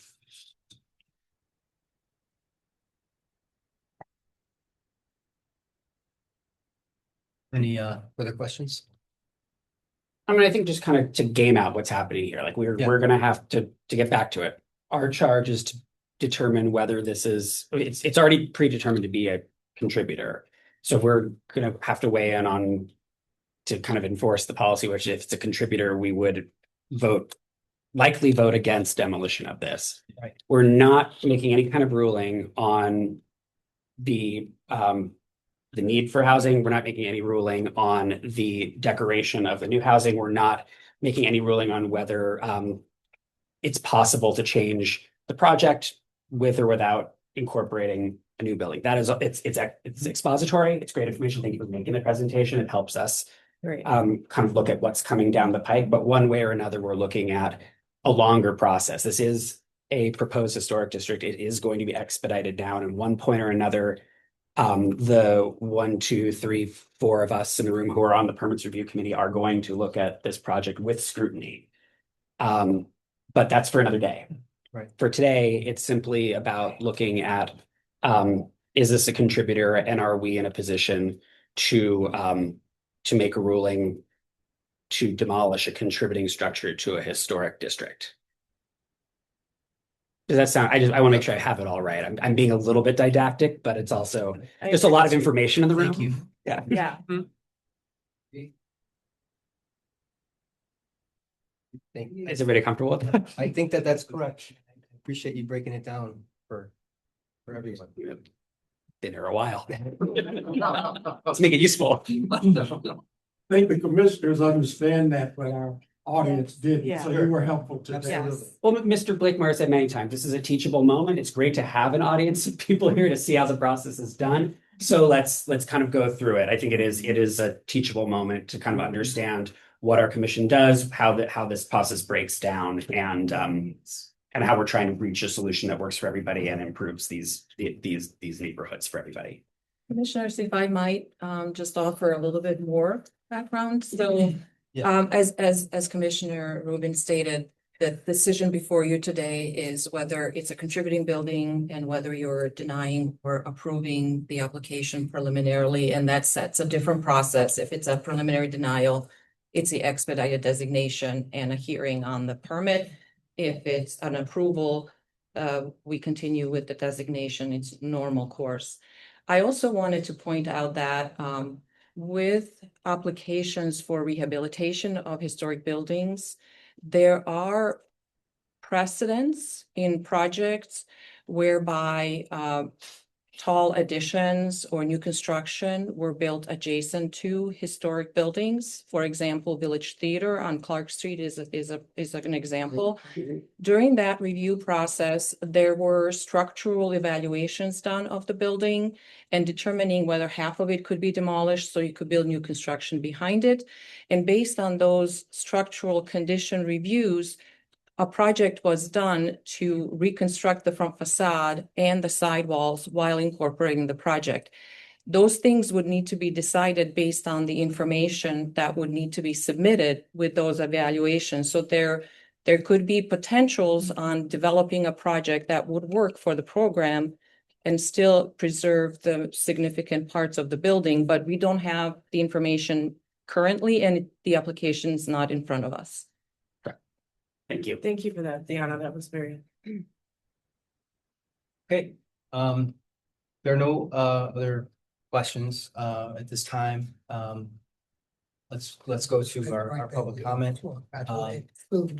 Portion of this, and I know there's looks like a few people to speak on this. And again, you know, we're speaking on what's in our purview today, which is really determining if this is a contributing structure to the preliminary landmark district. So let's keep our comments to that. And the first person planned to speak is I think it's Todd, right? Yes, Todd. My name is Todd Beisch. I'm representing the Edgewater Historical Society. And I'm a co-chair of the Edgewater Historical Society's Bryn Mawr Avenue Historic District Advocacy Task Force. This commission was put in place in the last month or so because we felt we have a lot of buildings at risk on Bryn Mawr. It was important in the process the city's going through that we have a local advocacy group working on behalf of saving those buildings. We opposed the demolition of 1114 West Bryn Mawr building, known as Official Building, built in 1909, which is a historic contributing building and in the National Register of Historic Places, which has been known by these developers since the time that they purchased the land. We thank the DPD and the commission for your careful review of the historic buildings within our preliminarily approved city landmark district. That's very commendable, and seeing that process today was really, really important and eye-opening for us, and we thank you for that due diligence to save the buildings in our neighborhoods and in our city. The loss of this building would, as you saw from those plans, significantly change the character of the district. And the loss of this building totally would also kind of completely lose a major intersection of the smaller scale of the buildings in the district. And again, that's not what you're looking at today, but the precedent is being built to kind of dramatically change the character of the district, where we know the building can be built at an appropriate scale for the existing Fisher building and then recess the building and build up much more stories to get the housing needs that are required in our city. So we would ask that you do not approve the demolition of the 1114 building today. Thank you. Thank you. I have one more comment. My colleague and I were part of the Bryn Mawr Alliance, which we were part of 48th Ward office as a task force. And we did have a meeting with the developers about a year ago, working with the alderwoman. Agnes wasn't there at the time. to tell our position that we wanted to save the historic building, the Bishop building at that time. That was approximately a year ago. I don't have the date on top of my head. So just to let you know that that we have been working on behalf of saving these buildings in the neighborhood. Thank you. Thank you. Mr. James McKay. Hello, I'm James McKay. I'm simply a concerned citizen of the area, and I've been in this space before. I worked as a volunteer for something several years ago. I didn't find the interior especially remarkable in any sort of way, but the facade is very important. And so you can't see, but on my request to speak, I didn't check either for or against. As you were talking, sir, about the Harlem Irving's experience with facadeectomies, it brought to mind the Eagle Building on the 3800 block of North Broadway, which I don't think is one of your projects, where they did preserve the facade to maintain the street lines. And it did a wonderful job, so I would consider it an ideal project. And so I would just, given my first exposure to this and so forth, suggest a study of, especially in light of the setbacks for the other storefronts. I think a facade reuse of that would be a solution to that. I just wanted to state that. Thank you very much. Okay, thank you.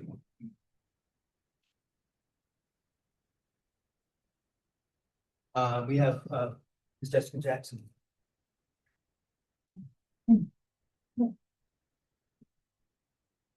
Okay.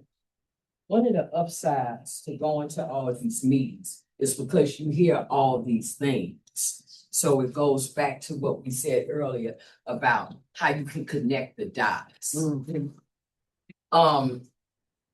We were in the landscape meeting, the landmark meeting, when this project from this alderman came up. And there was a lot of people from that ward that day. And they were there talking about how they did not want this project. There was a lot of people from the community that day. So part of the holdup with this is because the community does not back it.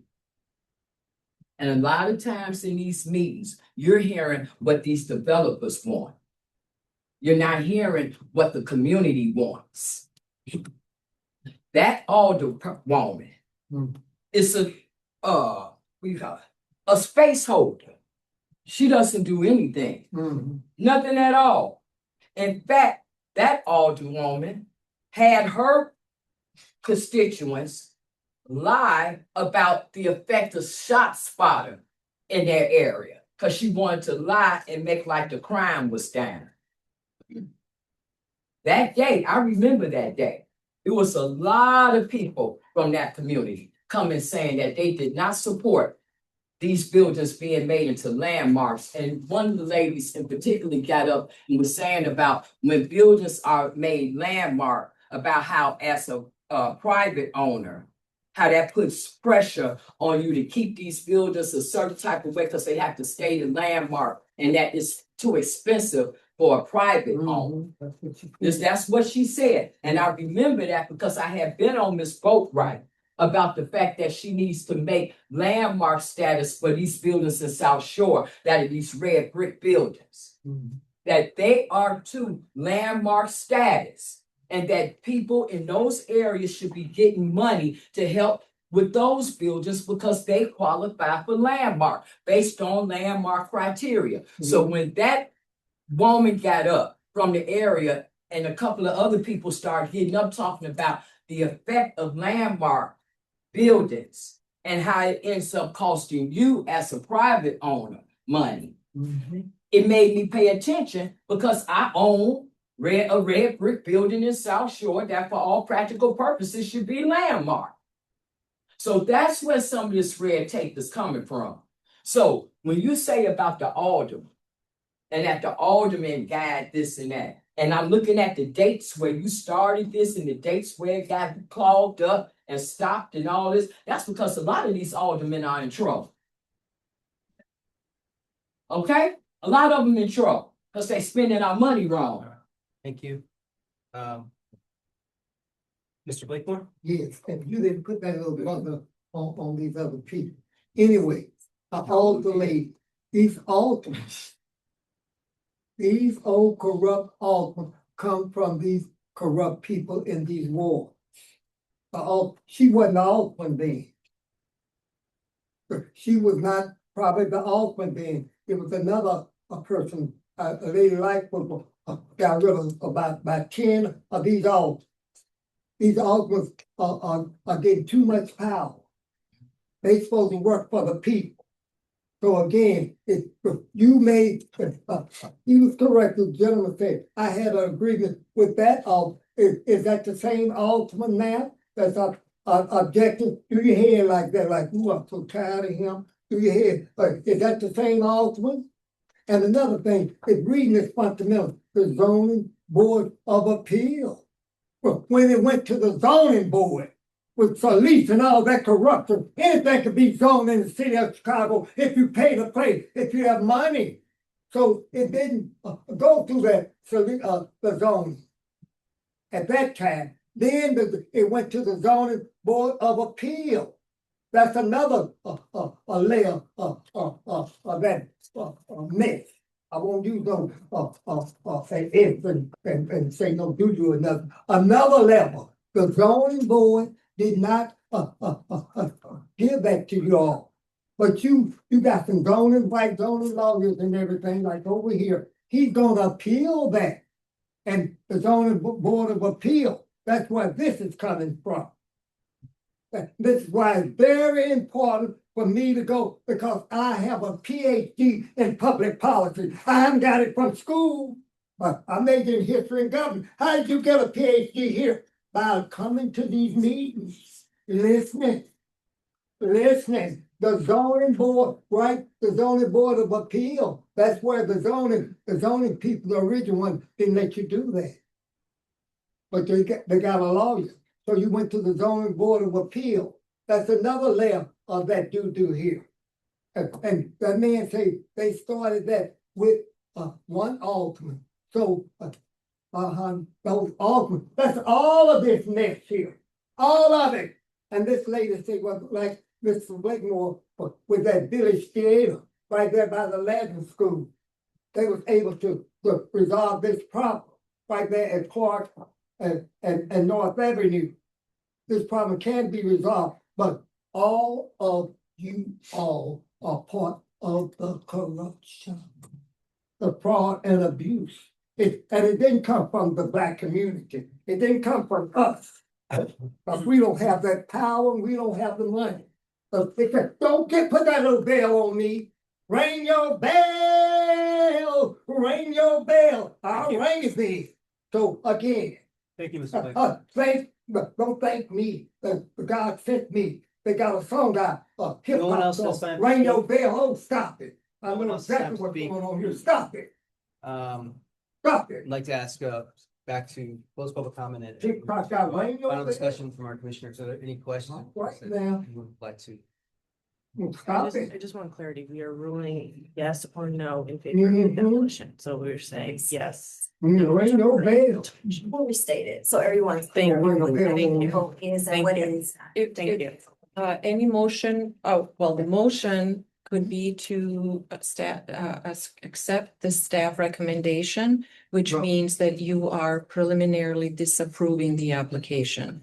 If you do not accept the staff recommendation, you are approving the application. And if we make a preliminary recommendation against the demolition permit, that does not mean that this issue is done. It means it goes to a public hearing. That's correct. Just for clarity. There would be a public hearing that would need to be scheduled in June and a final decision by the commission in July. Ring your bell. So if I could just ask, there could be a third way emerging from all of that process. That's not complete demolition. Well, that would require withdrawing the demolition application by the property owner and working through proposed plans that would be reviewed by the permit review committee for a revised project.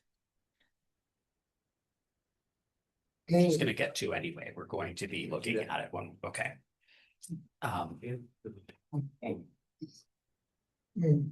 Before we go, I'll just say thank you to the preservation staff for this came up pretty soon. I know it was a scramble to get all this together. It's a lot of work. Thank you for for bringing it all here today, and I think we have some clarity, so we're complicated, so thanks. I just have one more comment to the property owner, regardless of what happens. Speaking only for myself, I don't take lightly the position I've been in and appreciate you sharing with us where you're at. And your commitment to this process, which is for the entire. Culture. So thank you. Thank you. Thank you, Commissioner Burns, for saying that, and I second that as well. With that, I'd like to, do we have a motion to adopt staff recommendations? I'm gonna make the motion. Second. Okay, motion by Commissioner Rubin, second by Mr. Tyler for roll call, Commissioner Blumstein. Yes. Is a yes, Commissioner Boatright, Yes. Commissioner Burns, Yes. Commissioner Blakely. Yes. Yes, and I'm a yes as well. Motion carries. Okay. Moving to item number 5, citywide adopted landmark fund, informational for completed project in Uptown Square District.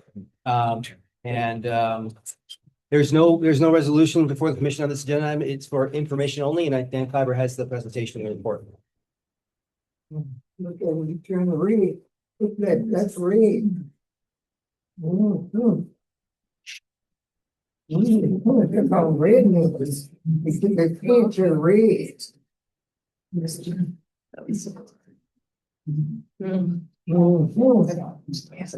Yeah. All right, now. It's got to be reading right. Yeah, I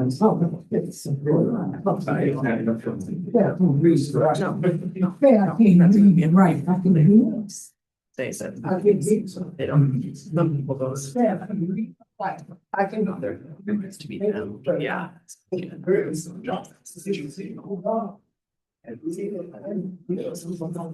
Thanks for taking it.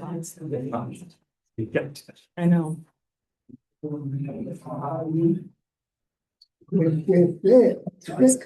Yeah, I can't read it right. I can hear. Okay. Just, yeah. I can hear. Here for it. Yeah, I can hear. There's almost the urgency. Right? Oh, on my bed. Yeah. I've been bringing my bed every day.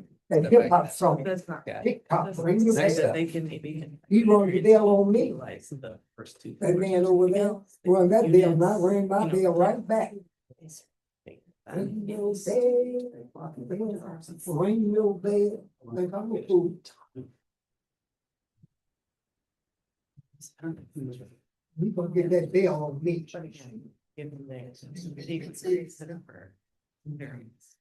I'm not the one, sir. For that.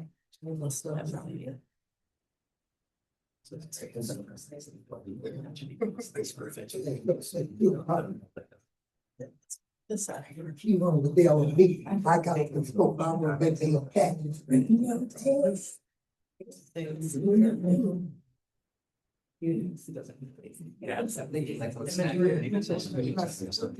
2 stacks. That's what I'm saying, there's gotta be. It's gotta be creative. We've never. So I'm like, He's like, we've never done this before, it's like, neither have we, but. When there's a will, there's a way. I feel like.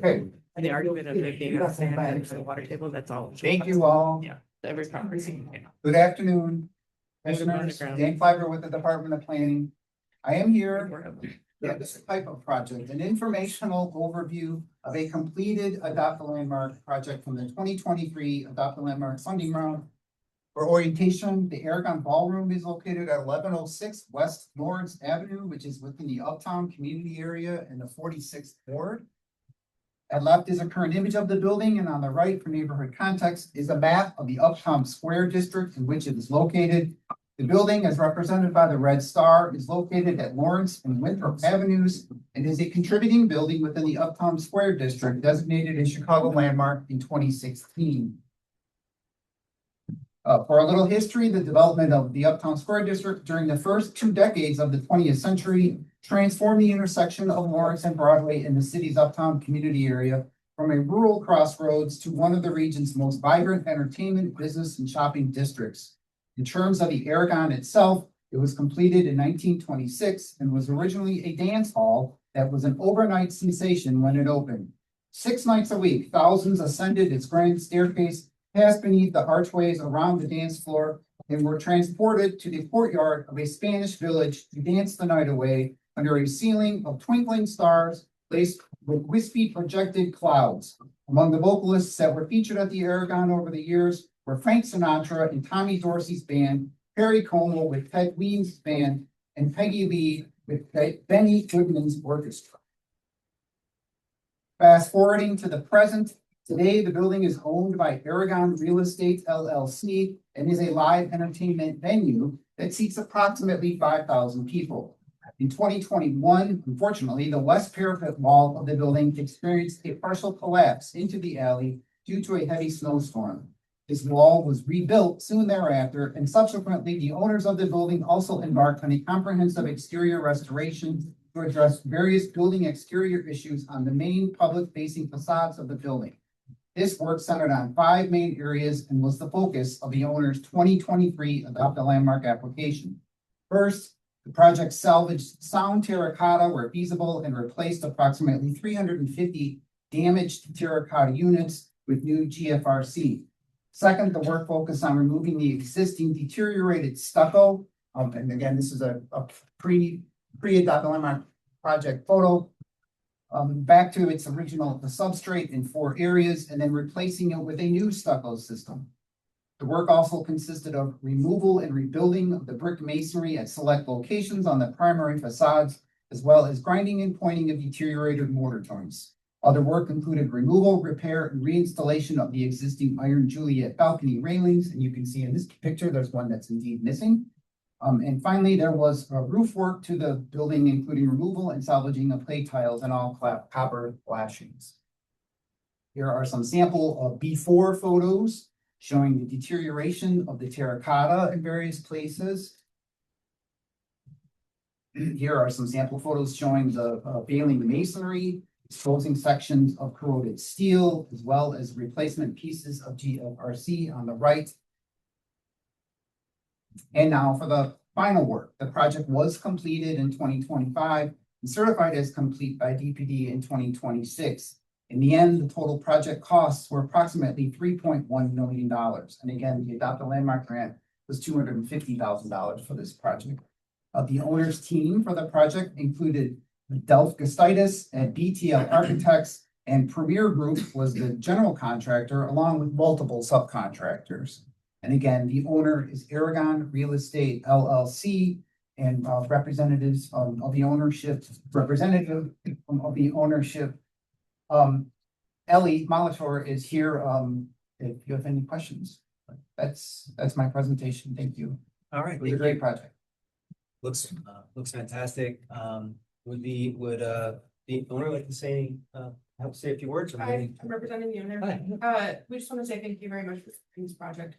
We're very proud of the work that we were able to do here. The district is historic, but this building is a landmark in that district in and of itself to the community. We're proud to see it shine. Thank you. Commissioners, any questions? This is the, when Matt is not in, maybe you have the memory. Former alderman who was commissioner who died. Was this the ballroom that she was advocating so much for? Oh, I don't know. I definitely the connection between the Commissioner Mary. Yeah. Smith. Smith. Marianne. Smith, yes. Michelle, no, Smith. Marianne Smith. Okay. She's died. Any other questions? No, I just wanted to highlight and appreciate the work that's gone into restoring and preserving the existing. Absolutely. Okay, there being no other questions, it's a wonderful project, thank you. And congratulations. Move to item number 6, which is the citywide Adopt a Landmark fund. As well, this is informational only in the Muddy Waters House. There is no resolution before the commission for this agenda item, and it is for information only, and I believe Dan Fiber has the presentation. Hi again. I am here with an informational overview of a substantially completed Adopt a Landmark project. This one's from the 2021 Adopt a Landmark application funding round. For orientation, the Muddy Waters House is located at 4339 South Lake Park Avenue in the Kenwood Community Area and the Fourth Ward. At left is a current image of the building, and on the right for neighborhood context is a map showing the building somewhat mid-block along South Lake Park Avenue. Considered by many to be the father of Chicago blues, Muddy Waters was one of the most important figures in the development of the distinctive electrified sound. His awards and commercial successes are too many to list, but have included achieving 16 Billboard R&B hit singles with Chicago's chess records from 1947 through 1975. Muddy Waters' house on Lake Park Avenue was the only residence the musician ever owned in Chicago and became an unofficial center of artistic activity for blues musicians. Band members, including Otis Spann, James Cotton, Little Walter, and Paul Osher stayed at the house, while lodging and food was also shared with traveling musicians such as Howlin' Wolf, Chuck Berry, and countless others. In 2021, the house was designated a Chicago landmark with the support of Muddy Waters' own great-granddaughter and owner of the house, Ms. Chandra Cooper. With initial help from a capital grant totaling approximately $50,000 from the African American Cultural Heritage Action Fund for critical Phase 1 repairs to the building, Ms. Cooper and her team developed a scope of work for the 2021 Adopt a Landmark project and a vision to create a museum in the house. With assistance from the $250,000 Adopt a Landmark grant, as well as other financing and in-kind donations, Ms. Cooper focused on high-priority repair projects to get the house ready for eventual visitors. This included work to the historic masonry and new replaced windows matching the original profiles. The bay on the front elevation was reclad to match how it appeared when Muddy lived there, and extensive interior work was done, including entirely new HVAC systems. And here are some additional before photos showing condition issues before the Adopt a Landmark project. And here are some before/during interior shots as well. The Adopt a Landmark scope of work also included significant interior work to the building, including in the basement where Muddy had many practice sessions, as well as throughout the first floor and second floor, which was given an overhaul. Ready? And now are the after photos.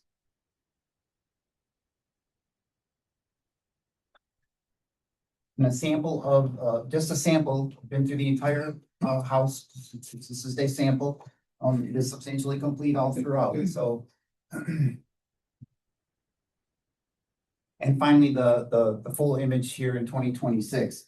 As I indicated earlier, as of today, the project is substantially complete. The Adopt a Landmark grant was $250,000, and the stated budget was $267,650. Again, the difference was the owner's own funds and substantial donated labor and materials. Future phases of the project will focus on planning the programming of the space, as well as a jam space, educational recording studio, and an office space. When completed in the future as the Muddy Waters Mojo, or Muddy Waters Original Jam Out Museum, the Muddy Waters House will become a place for music, learning, and community events. The project team included architect Ed Torres from ARDA and the contractor Mike Mitchell from Michael Development and Construction LLC, as well as various subcontractors. And of course, the building's owner, Ms. Chandra Cooper. And I know that we speak with Ms. Cooper often, and I know that she unfortunately could not be here today. She told me, but she did communicate that she wanted to share with me some comments directly. And if it's okay, I will just read you exactly what she would like for me to share. This is Ms. Cooper. I am so grateful for this opportunity. I would never have been able to restore this house and share it with the city if DPD overall did not step in and see my vision and collaborate with me. I will forever be grateful to the department for their unwavering support and commitment to my house and to all of the other landmarks throughout the city of Chicago. In addition, she added one more thing she wanted me to say, that she sincerely appreciates everyone at DPD. It all started with a meeting with Deanna Cavallo and with other city officials. Please add and express to the city that I sincerely appreciate Deanna. She was the first person that I met and talked to at DPD at the very beginning of this project and my vision. With gratitude, Chandra Cooper. That concludes my presentation. Very good. Thank you. Thank you for that report. Commissioners, any questions? Yes.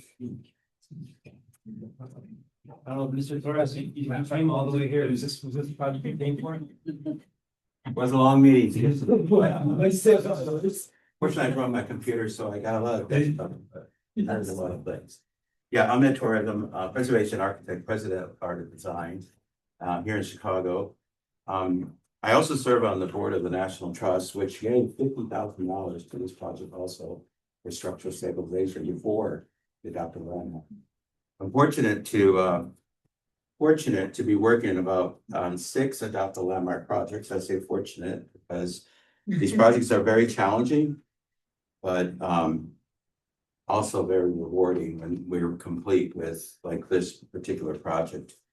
We have a couple. We're also working on the Emmett Till home, which we're getting close to that, and we'll have this presentation. And then I don't want to go through all the other ones.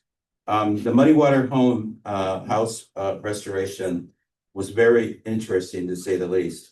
I received messages through Facebook and LinkedIn from people, from other blues artists from around the globe, asking about this, excited about it, asking when is the Mojo Museum going to open, and I can't really give them an answer. And there was even one day when we were rededicating the Muddy Waters sign, which is right on this street. It's very pouring rain, and Robert Plant showed up for that dedication. I got a photograph with him, and it was pouring rain. He happened to be in town. He heard that the dedication of the sign. He went through the house, and Chandra, Ms. Cooper, gave him a tour about where we were, and we were just starting it. So this is being seen all over the world. And I know that Ms. Chandra also met with the Rolling Stones when they were in town, told them about the project. They were very excited about it. Hopefully they can open their checkbook soon so we can continue that. And then finally, I just want to thank this commission for providing that spark of $250,000. It doesn't sound a lot, but it is a lot when there's $0. And Ms. Cooper, who is my client, is always mentioned of all the resources of funds to get where it is now. She is so appreciative because she had no funds when in 2021 when we started it. COVID, we were all wearing masks and all that was going on. And it just seems so far away for it being restored to where it is now. So again, thank you to the commission for allowing this and this project to go on. I've got 5 more to complete, and I hope to come back and celebrate when we have this completion. And after this long meeting, I have to say, what a great way to end this meeting with technical difficulties and everything else, that you have 2 beautiful projects that were completed that in part was because of the commission and the commissioner. Thank you. Yeah. Any questions, comments, commissioners? Beautiful. Congratulations. Congratulations. Yeah, to all, and look forward to the next steps and seeing the museums come together. All right. Our next item is the permit review committee reports. This is from our April 2nd, 2026 meeting. And Deanna has the report. The permit review committee reviewed 3 projects at its April 2nd meeting. 2 were approved with conditions, and 3rd was approved as submitted. You received this information in your packet, and this verbal presentation is for your information and record. Thank you. Thank you. Do we have a report as well? Emily? Yeah, Oh, I'm back here. For the month of April, staff approved 105 permit applications, a total of 134 reviews performed by staff. And the average number of days to issue approval or corrections was 7.3 days. Okay, thank you, Emily. Commissioners, any questions? Thank you. And then, I believe we have some announcements, that is. Are you doing the announcement? The city adopted landmark fund, the 26 funding round is going on. The period opens on Friday, May 8th, tomorrow. And there'll be an informational webinar on Thursday, May 21st, 2026 at 10 a.m. And the application due dates are Monday, August 10th, 2026, 4 p.m. These details and access to this are at www.chicago.gov/AAL. Another announcement, the program committee's review of suggestions received from the public for Chicago Landmark Designation and nominations to the National Register of Historic Places will be held Friday, May 15th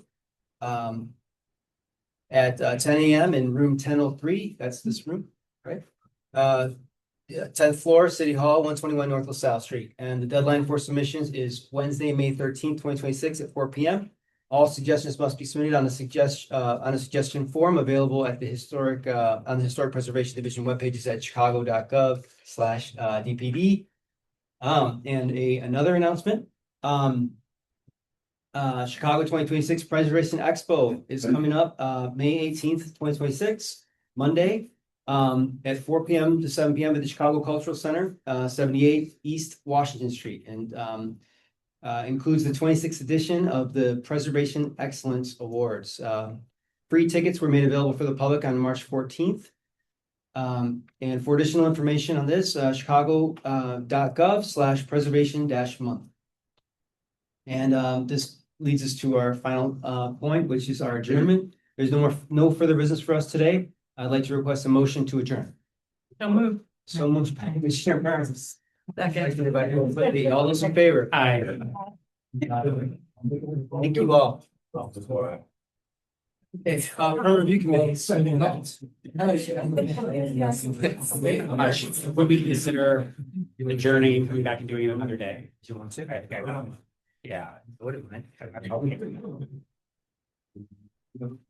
There's like 5, 7 things. There's a lot. We have a lot of things here. It's gonna be. We would make it. Budget. All right. I mean, technically, it would go to. It's in bed with the